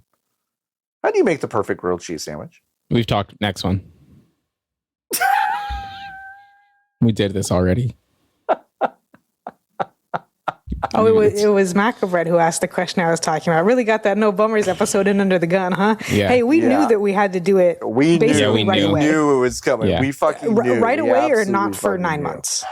It's folks. It's 2 pieces of white bread, butter pat on the inside of both sheets, pieces of bread, butter down on the top and on the pan. You take 2 pieces of Kraft American cheese. You put one of them in the center of the piece of bread. You then, with your hands, tear the second piece of cheese, closing the gaps in the bread on the bread. You put the other bread on top. Then you put it on the skillet. You then use the burger press or flat griddle spatula that you do have, that you own, because they're not expensive and it makes your life easier. And you press it down, and then you wait until it's melted, and then you know how to cook bread, and then you flip it, and then you eat it. Check the tape, folks. I think Niki said bread a couple more times than needed, so I think there are actually 3 or 4 pieces of bread on this sandwich. but Big Mac. Check the tape. I feel like Niki said bread like 1 or 2 extra times. No. You put Scooby Doo.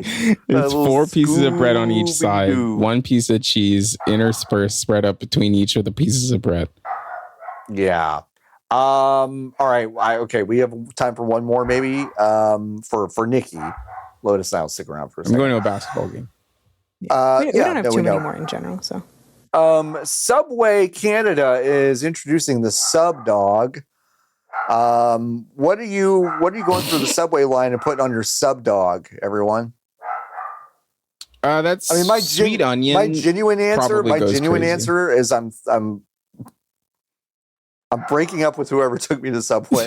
If I were to go to the trouble of getting all the way to Canada, I would start my fast. Yeah.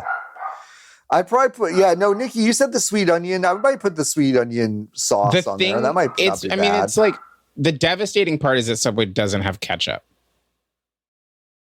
Yeah. Do you think they would in Canada, though? Apparently, they really like ketchup up there. They have ketchup Lays. Because the pictures of the dogs, some appear to have ketchup. They do look like ketchup on it. Okay, so then it might go crazy. Customizable toppings from crisp lettuce and tomatoes to classic ketchup and mustard. Fuck yeah! See, like that kind of goes. That's probably goes crazy. Yeah, I'll eat a dog. Did you just say ketchup? That probably goes crazy? It's a hot dog. Yeah, I don't know. It's gonna smell like a Subway, though, huh? Also, are you on the press release? Yes. Page? Yes. Click on the image on the right and tell me how many times they churned that through.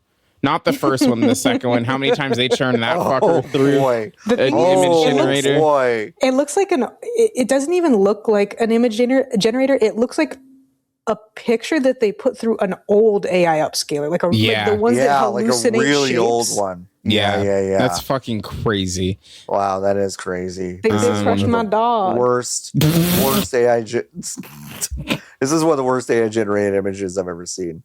Okay, Holy I gotta shit. go. Goodbye, Okay, gamers. Bye-bye. We'll see you later. Bye. I love on the wrapping paper for the sub dog. You know, it's got this like kind of newspaper, like Sunday funnies. Well, I guess not Sunday because it's only two colors look to it, and they are trying to depict the time honored tradition of super fans counting a starting pitcher's strikes, which is done by a giant K. And I love the strategically placed backwards K in the middle.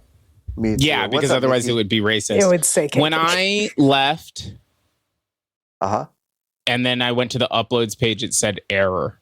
So I'm gonna stay in here. Why don't you just go to the uploads page? Well, okay. Do whatever you want. That's fine. Okay. Yeah, we'll leave you. The audio. That's fine. That's fine. Thanks, Niki. Otherwise it would just say KKK. That's true. Every time I have that brief, like, oh, right. Mm-hmm. Yep. Oh my God. Oh wait. Yeah. Oh right.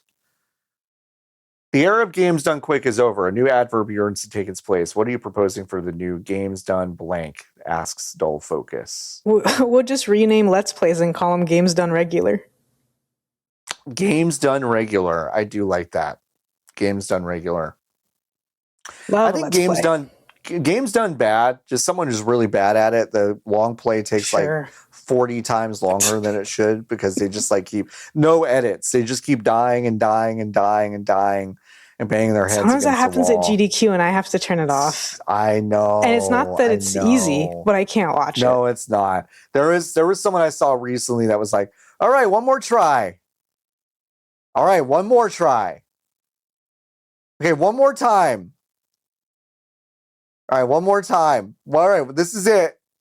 That was like, oh. It's tough. It's tough. I so empathize, but I'm also like, oh, it's hard to watch. Jason asking, you're all prepared to be an indie games podcast when no one can make anything else. What am I, chop liver to you? I was about to say, Lotus is fucking ready. Lotus is basically trying to do that. My one anime game thrown in once a year. Mm-hmm. Yeah. Yep. Yeah, Lotus has got us covered. If we ever have to pivot, this is now a Lotus-centered podcast. Oh, wait, no. I got a code for something today, and I imagine you also got a code for it. Oh, is it a because we would be game? playing together, yes. Yes. Mm-hmm. Yeah. Yeah, we'll have to talk about that. Yeah. Okay. I just remembered. Niki and I exchanged texts about this. Okay, morning, yeah. So I meant to text you, but I forgot. It's okay. Yeah. I'm sure we'll get in a gaggle. Yeah. We'll have to do that. Because the thought that I was going to say was like, when I just start forcing you and Niki at gunpoint to play whatever indie game I decree. Yeah. Mm-hmm. Yeah. I love that. Chihuahua Pug's asking Phil Salvador, who we just interviewed on the podcast this week and posted. It's called the VGBees interview. It's a new interview series that we're doing alongside this show. And I'm actually trying for a little while to do one every single week. Now, is that good for my schedule or for my mental health? No. So far, no. Actually. No. So it might be a 4, 5, 6 week experiment. I'm going to take a break. But so far, it's seasonal. It's seasonal. Let's call it seasonal. Phil Salvador is letting each of the VGBees hosts steal one item from the Video Game History Foundation as thanks for having him on. What are you taking? I haven't watched it yet. Well, just imagine. Just kind of get a vibe, there. Yeah. Just imagine what's there. A lot of it is actually just much more academic. Like he does make a distinction in that conversation, which feels obvious, but it's also like, well, yeah, I guess that makes sense. Because when I think about a museum or an archive, I'm like, well, yeah, you just kind of take whatever, huh? But no, if they have a mass manufactured T-shirt from an event that like is pretty readily available and accessible, they don't necessarily put that on. They have a little glass case at GDC usually, but I only this might be a constraint of having to go and set up a thing at GDC, but I mostly remember them having like magazines and boxes. Yeah. Maybe some. They're a little more organized now, I think. I just mean, I assume it's because they had to just. It was in the middle of the entrance hallway to the show floor. 100%. So I think they said, Yeah, we'll just put the magazines in here. Just put them there. Something like Scandalous. How about I don't know if they would have this, but hypothetically, that magazine where an Italian magazine that published that like Rule of Rose was like the most satanic evil game ever made. Sure, yeah. So that a news clipping of that might be fun. A news clipping that would be fun. I don't probably just some email from like an executive that like one of the thousands of emails they sent that's like, who is Sonic the Hedgehog? Like, I just want something like that. Like what's the most mundane email too? Right. What's the most mundane? Like just like one line of like, have you heard of this Mario thing? Or like whatever. I would just love that and like to frame it or something, because I think that'd be really, really, really fun. Jason also asking, you can insert one thing of your choice to any museum you want. What are you adding into what museum? It's kind of an interesting question. It's an interesting question. My certified Wokey answer is that Moctezuma's headdress would magically appear in the National Anthropological Museum in Mexico City. Yeah, I mean, because it's in Vienna, Austria, for some reason. It would disintegrate, apparently. Yeah. Yeah, there's a whole lot of stuff at the Louvre that I would probably put like, somewhere else. Right. But something that's my choice in any museum I want. Ooh. I mean, I would probably put Larry Crown's moped in the Smithsonian. Put it in Meow Wolf. So you can take it for a spin. Lotus, if I get rich enough, I will probably try to make some sort of Larry Crown Meow Wolf thing happen. Yeah. Mr. Warren, you've used most of your fortune to create this Meow Wolf Larry Crown experience. And Tom Hanks himself has said he will not be attending. Do you feel like this is an investment worth your time? Yes, I still do. It's not about making money. It's about making art. It's not about making money. Jerf asking, what are you looking forward to this weekend? Of course, when you're listening to this, it'll probably be mostly past the weekend, but that's all right. We can still talk about that. July 11th and 12th. Yes. I was specifically planning to do nothing. Doing nothing. So I'm looking forward to doing nothing. Watch sport on TV. I had a couple plans and they kind of disappeared, and I'm actually like kind of psyched about it. So yeah. I have not really set up my AO Thor yet. AO. I've not really set up the Thor yet. So I really want to do that. And aside from that, I think it's just chilling for the most part. Drink some juice. Yeah. I have white grape juice. Did I talk about this last week? I've been really obsessed with the white grape juice in the fridge. White grape juice. I love white grape juice. Is it Welch's or just some other brand? It is El Rancho Supermercado's brand. Which is so funny because Spanish word. Their great value brand is called Best Choice. That's amazing. So it's saw a gallon on the shelf, 100% white grape juice. I said, oh my God, I could really go for white grape juice right now. Yum. And most of it's gone. Delicious. Like Dylan asking, you've been accepted to the Star Fox team, but you must first become an anthropomorphic animal. What are you becoming? I love the different flavors that the furry question comes in, because it's usually genuinely not what people mean. I don't think that anybody in the VGBees community who is a furry would feel nervous about like saying such a thing. Oh yeah, no. But it's just funny because we've gotten Zootopia, which is like, that's a slightly different thing because you can also be little and stuff like that. Yeah, little. Star Fox is also slightly different. Yeah. You have to look good in khakis. Yeah, look good in khakis. Y'all have to be roughly the same size to fit in the cockpits of these things. Yeah. You have to have a little jacket. Yeah. A raccoon. Oh, a raccoon. For me. Yeah. I might be some kind of bird. Like if there's a series to do it for fun. Star Fox, it's good to be a bird. Mm-hmm. Yeah, that's the fun thing about Falco is like he's kind of got a built-in like, oh, I'm okay. Yeah, I'll be fine. I'll be fine. Let me just take this jacket off. I'll be. If he's in space, maybe not. But it's like if he's flying above Corneria or something, he'd be like, I could just fly around. Right. I'll be a golden eagle, like in Animorphs. Mm-hmm. Yeah. Mm-hmm. I don't remember what any of the other birds are. Tobias is a red-tailed hawk. Rachel is a golden eagle. I don't remember what the other ones are.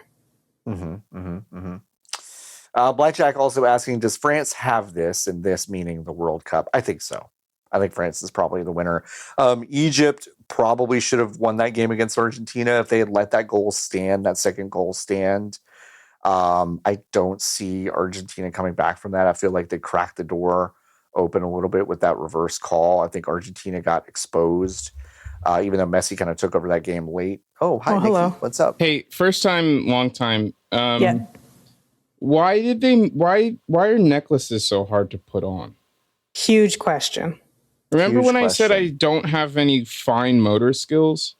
No, you do. You do. It's just that it's hard. It's not that you don't have fine motor. It's just hard. I can also say I've always been bad at it, which is why you'll never see me with a necklace on this program. Yeah. But I would always do it the other way. Nice. Always complain. I have been asked to take off a necklace many a times as someone who has just been kind of a it's the opposite. That's the easiest part, isn't it? I disagree. Taking it off? It's still hard, but it's not harder. I will sit there and just go. Yeah, it's fair. John's pinching his fingers. It also really depends on the closure. I need us to get to the keychain closures that are kind of oblong. I'm so sick of these little circles. I'm so sick of these little circles. The little circles I can't get are terrible.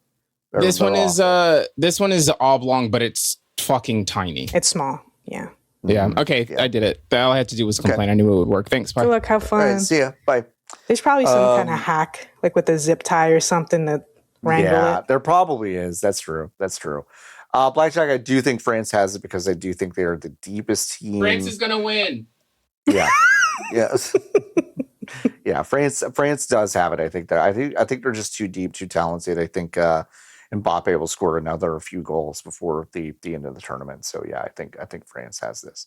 I am Hydrogen asking, really, honestly, I think a really good question that if I let myself, I could probably spend like 10 or 15 minutes on, but I'm going to maybe try not to. Brat or hot dog? And I'm assuming brat because it also could be brat or hot dog. And I do love brats too. But brat or hot dog? Yeah. I mean, I'd probably say a dog, but that's largely because I'm never craving a brat, whereas I will crave a hot dog. A brat's just like that little guy on the side of the breakfast platter. For me. Interesting. Okay. Because I think like bratwurst is the thing that you can riff on with the sausage more. Like you can put more things within the sausage. You can have the Minnesota State Fair just announced all their fun food. I don't know if you saw that, but there was an Asian inspired. It was a little bit of Thai, a little bit of Korea, but it's a sausage dog mixed with like it was like ginger, a little bit of garlic, lemongrass, some other things that was like fried in a corn tempura batter with a side, and it was like, yeah, you can riff on a fucking brat. And a hot dog to me is like, it's a fucking hot dog with shit on top of it and stuff on top of it. You can put stuff on a brat. I usually do like mustard, maybe onions on a brat, but it's like the sausage in the brat itself can be so different that it brings most of the flavor kind of excitement to the table.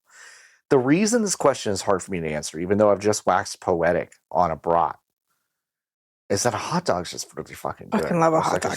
The thing is too, I completely forgot. I don't think this is Massachusetts only. I think it's New England only. But I had such a hard time finding them anywhere but Massachusetts. They have this dog brand called Pearls. Okay. That are just so fucking good that whenever I'm anywhere else, even though I like hot dogs, sometimes I have that hot dog craving. I'm like, man, I wish this was a Pearl from the grill. Yeah. And I don't have such a brat in my life. Yeah. If you're in New England, ship pearls to the P.O. box. Ship pearls to the PO box. Please do it. The other thing about a brat is like I feel like it necessitates a different kind of bun, which then gets to be a fussier food than a hot dog. So that's a hard question. I don't think I have a clear answer for you. The real answer is I would crush either one if you handed it to me. So, yeah. Fonk asking, and I don't remember this, but remember the Tetris video years ago where the dude kept going bang? I don't. Sorry, Fonk. Better luck next time. Adam Juice asking, cat or crystal? I had to look up pictures because I forgot. Probably cat.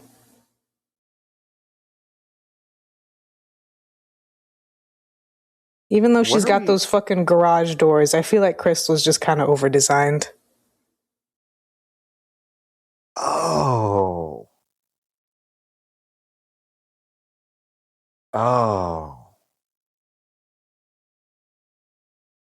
Cat or Crystal?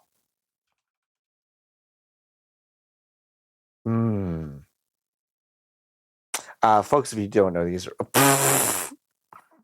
Man. There are some real images that I'm on mod. So my safe search is on moderate. Mine is not. Cat is fully bent over on this one. Star Fox. Oh, it's cat for me. Pretty obviously for me. For me, it's cat. Crystal's a little boring for me. She I don't like her suit either. I don't like her suit either. I'm with you there. Yeah, I think it's cat all the way. Good question though. Thanks for making me look that up. Now the internet, now my Google's like, we're learning about you. Learning a lot about you. Learning a lot. Jason asking Bev check. Listen, I'm boring. I just have a Minaragua. I only have Lotus has got two ridges left of my beverage. Where did you get the watermelon agua fresca? HEB. Okay. Delicious. I also had different aguas frescas the next day from like a little Michoacano, but watermelon you keep in the house, but you go to the panaderia to get like the fun flavor. Have you checked out any of GDQ? Asks Blackjack. If you have, what has been the highlight? The only one I honestly have not watched a lot of it. I watched a lot of it the first like 24 hours. I just had it on all the time in my office because I had workers in the house and I was working at home on Monday and I just had it on and it was actually really nice. And that day they did a race between Spyro 3, the original, and Spyro 3, the remaster, just like running at the same time. And I really like that conceptually of running. That's fun. I like running the same game, but remasters of the original against each other and seeing the differences, the core differences. I do think that's really interesting. I thought that was kind of cool. I always think that I'll like GDQ and I go to watch it and then I don't. I know. I watched the January one because I didn't have anything to do. I always want to watch it. Or I want to like it and I just go, oh, what a nice story. And then I turned it off. Yeah, it's weird. I do like it and I watch it and I will even like go back and watch VODs of those things because like I think some of them are really cool. For me, oh my God. Trying to look up the Pal World Pals in preparation for our question. And fandom.com is being just a real butt. Just a real fucking butt. There we go.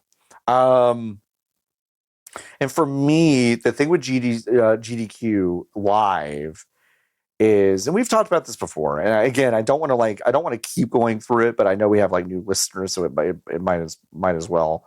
I love GDQ. GDQ stands for so many things that I think are great. It's super inclusive. They're super open about like supporting trans people, and they're like way into that. Out front, in front of the thing, they have an anti-ICE poster that said you can't come in here. There's debate about whether ICE agents can even read. So like, is that whatever? But it's like, it's still a nice thing. They raise money for good causes, blah, blah, blah, blah. And a lot of their highs of that show, that entire week of streams are like super, super high. The issue for me is that the lows usually involve a kind of performative fandom and kind of like geek language that I'm like deeply allergic to. It's very thinkgeek.com. I'm just really allergic to some parts of it. And I don't hate them, and I don't feel a malicious way toward them. I can't absorb it all the time. So that's my thing. On the flip side of that, I will turn it on before I go to bed, and I will like sleep like a baby if it's on at a low volume all night, because it's really nice to just hear people like talking all night through that stuff. So like, I love GDQ. I really love GDQ. I don't always watch it straight through just because it does miss for me, and then it's hard to like go back to it. Like, I don't know when to go back to it and all that stuff. So it's just kind of a weird thing. Disco asks, what are your favorite Pal World pals? I have looked up the Pal World pals. I hope you've chosen one, because I've had mine. You've had, ooh, there are a couple. Oh, mine is Dig Toys, because it's in Terraria and it digs for you, and it makes a really fucking loud sound the whole time that makes me laugh. That's good. I like that. Mine is Pin King, I think. He's a penguin with a beard and a hat. That's fun. I like that one. What about, there's one called Red Slime. That's fun. Snugloo? Snugloo is fun. Do you think that the Pokemon people have now they now have to go, it's crazy. They've got to go look at this now, huh? They have to go look at this chart now to make sure that they don't, you don't think so? They could just call it Snugloo? They could call a new guy Snugloo and it wouldn't matter? Yeah, I don't give a fuck. You're right. Because allegedly, no one at Nintendo has ever looked at another video game or even heard of them, which is what allows them to just kind of go straight and like just never played another game. Never blinders. Yeah, they just live in Nintendo company town hovels so that they only have original ideas. Yeah. Mm-hmm.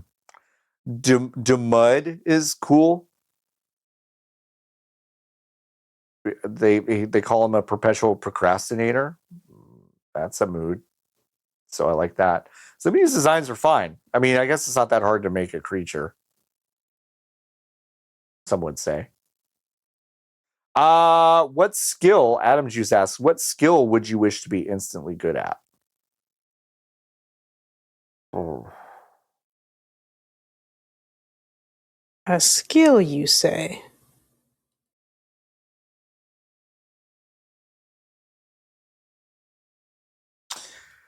I mean, maybe because I'm trying to like limit the powers of this question, because I could say, oh, well, the skill would be knowing every language immediately, which that feels more like a superpower than a skill. So I would say like maybe learning languages. I'd be really good at. I would like to be good at that. To be someone who could, at my best, really internalize and be able to speak a language pretty confidently within 2 or 3 months or whatever. I think that'd be kind of cool. Probably fix and do cool stuff too, and maintain any kind of car. That's a really good one. I had that on my kind of radar too. I mean, like right. I also had cooking on my radar. Like I'm already pretty good at cooking, it. Though. Yeah. But it's like if I was really good at cooking, that would be great. But it's like I kind of the car thing. I like, yeah. Because the thing is too, when it comes to like. Because the first thing I was thinking of is like drawing, but it's fun to learn to draw, and the process is so enjoyable. Sure. I don't think the process of figuring out how to make the car work is very enjoyable. Yeah, I think that's probably true. Yeah, I think that's probably right. I like that answer. Jason asking, when will the horrors end? I don't know, when there's no one left to let go of, I guess. Never, dummy. You're supposed to persist. That's the whole thing. Yeah. You just persist. Just persist. Grace asking, I would not do this to anyone else, but Grace and I were buds. You don't have to do this. Grace, you and I are buds. Comment on each other's Instagram photos and stories. We're buds. You did write idea candle scent on this one. I'm trying to read the candle that I have across the room, but I can't read it. Oh, okay. It's blackberry and something. Idea candle scent. But you meant, of course, ideal candle scent. I have it in my search history. It's a little bit of a cheat because like I don't really know why you would need this when you could actually fill your home with like the real version. But like a fall kind of spicy candle could really set me in a good place if I smell that in my house. So my ideal one would be jasmine that doesn't smell super soapy. Because I love the smell of jasmine, but if it's super soapy, jasmine already has a slight soapiness to it, like real jasmine. Yeah, it does. That's fine. It's also, it kind of depends on the variety. But then when you turn it to candle, it gets so soapy, and I'm like, meh. Mm-hmm. Yeah. So a good jasmine. You don't want it to be too soapy. I agree. Candles can get really soapy. You don't want that. Okay, and finally, Lovik asking, you're locked in a room for the next 24 hours with one game. What game would you want it to be right now? Right now, today. Right now, today.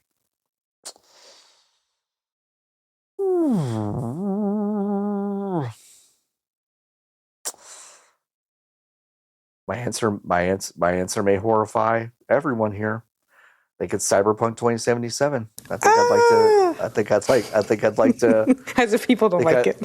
I think I'd like to run around in that world right now. I've put off kind of going back into it because I've got so many other things I want to play. But if I'm going into the rich fiction of like I'm being trapped in a room and I can pick one thing, yeah, I'd probably pick that because I kind of want to get back to it. Yeah, I'm assuming just based on how the question is phrased, no other entertainment or anything. Yeah, probably not. Probably not. It's the only thing you can do. If it's to survive the 24 hours, I think I'd probably do Mixolumia. I can zone out to that game for a very long time, and just passively enjoy myself. Mm-hmm. Yeah, yeah. I mean, a tried and true for me would be like Super Mario Odyssey. Like I can, I like at a drop of a hat. If you're like, oh, start a new fresh game over and just play it for a day, I'd be like, oh, okay, sure. Like, if I don't have anything else to do, like that's easy for me. I like playing that game from start to finish, like a lot. But I think for me today, yeah, I'd like to dive into Cyberpunk a little bit. So Mixolumia, Cyberpunk. Those are answers. Folks, we've answered, I think, all the questions.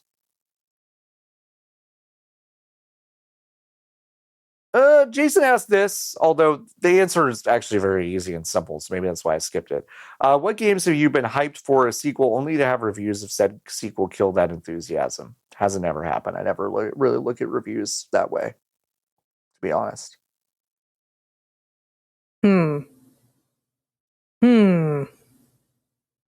I will tell you this. I'd have to go to when I saw reviews, or like, so, sometimes you're going to buy something and you go to the Steam and maybe the review's low and you go, how did that happen? How did that happen? Yeah, that happens. I don't play too many sequels to things. Yeah, right. Like, well, I just had the name of it on the tip of my fucking tongue. No. What's the name of the fucking witch fighting game? The witch. She's got guns in her boots. Bayonetta? Yeah, Bayonetta. Jesus Sorry, when Christ. you said fighting game, I was thinking. Yeah, I know. Fighting game is wrong. I was like, is this a Toho or something? Nope. I'm just having a 41-year-old person moment. But like when Bayonetta 3 came out and everyone's like, I'm like, oh, that's interesting. I have those moments where I go, oh, I just expect something to be like universally beloved and then it's not. I have those moments, but I don't know if I have moments where I'm like, oh, beans, the game's not good. I'm not going to play it. You know what I mean? Yeah, like maybe dubious or something. But unfortunately, mostly that happens once I have purchased and I'm playing the game and I go, right. You're like, this is very good. Yeah. Damn. I can't think of one for just reviews. Not only because I don't really read reviews, but I think even for games I like, I think infamously on this program, I am meaner than even the positive reviews. Yep. Yeah. So I can't think of anything. There must be something, but I'll remember it in a week. Gotta be something. Yeah, we'll remember in a week. Okay. folks? Oh, maybe Amnesia Machine for Pigs. That can go in there because people really did not like it when it came out, and I agree with them. Yeah, that's fair. That's good. That's a good one, folks. This has been fun. As much fun as talking about 3,200 layoffs or whatever can be. Lotus, do you have anything to plug? Of course, dialedindie.net. Dialedindie.net, and I will also have interviews coming out, coincidentally. I wish that we had planned this, but oops. I knew that if I told anyone, I wouldn't do it, but... that's God, Lotus. That's such a... I knew if I said a whisper publicly, I wouldn't do it. But yeah, I've 100%. been interviewing game devs in a 2-ish hour podcast format over the last month. And we just talk about how they got into games and what they do, what is their day like, what are the things that inspire them. So if this comes out on Sunday or Monday, then in just a couple of days, you should have the first episode where I interview musician 2 Mellow. That's so fun. Yeah. Go, Linda. Is there a name for the podcast? Dialed Indie. The original reason I had the name was to be a podcast, and then I got invited onto this thing called VGBees, and I was like, fuck. You're like, fuck. It was originally in my head, it was a bigger podcast, basically this, but also an interview. And then I was like, well, I'll just do it for interviews then. Actually, because initially I didn't want to do interviews because I didn't think I would like it. They're fun though, right? They're fun though. Yeah, I like it too. Yeah. All right, go listen to that. You had a great interview that you performed earlier today. Oh, yeah. I don't know if you could say anything, but no, I can't. Your attitude was very funny. Listen, we just did the interview of Phil Salvador. You can go listen to that right now. I'm trying to figure out when to release the next episode. It is in the can. It is with Joe is Hungry. Like freshly in the can. It's freshly in the can. Like, like literally 10 seconds before we hopped on this call. I think I said this last time, but like he could have talked to me for about 3 hours. Yeah. Like he just doesn't stop. And I don't even mean that in like a rude way. Like no, he's just still chill. He's still a chill, but just very engaging, likes to talk about his process. And he likes to talk about himself, not really in like a super arrogant way, but just in a, I think an understanding that the process of what we do is actually fascinating if you don't take yourself too seriously. Yeah. And so he's an interesting guy. So that will be up probably next week. I'd like to, the Phil Salvador episode came out on Friday. I don't love that. I'd like it to be out maybe Wednesday, Thursday every week. But yeah, the Joe is Hungry episode will be up soon. And got more. So Lotus and I are just on the interview circuit. So that's for now. I was gonna say you said weekly, and in my head I said, "Damn, that's crazy." Because I told people straight up, I was like, "I'm interviewing like 6 of you over the course of 10 days, and your episode's not going to come out for like 2 months." Yeah, no, I mean, because there's nothing on this earth I hate more than editing, and I just said it'll happen when it happens. 100%. No, you're right. Yeah, looking forward to that though. All right, folks, you can go to VGBees.com/join. You can join the Hive. Join the Hive is the only way you can materially support us and the show that we run here, and also the only way I feel comfortable starting new shit as well. So please give us more money and we can do more things with it. And yeah, until no more reviews, no new reviews. If you want to leave us a 5-star review, please go do that. It helps us out a ton. And we will read them on the air, especially if they're nice. If they're not nice, we'll see how funny they are and we may read them. If they're just mean, we won't read them. Because we've gotten a few that were just mean and I haven't read them. But we did get a few that were really funny. But a 5-star review is the best way to go because you'll get read every single time. So, until next time, folks. Keep on buzzing.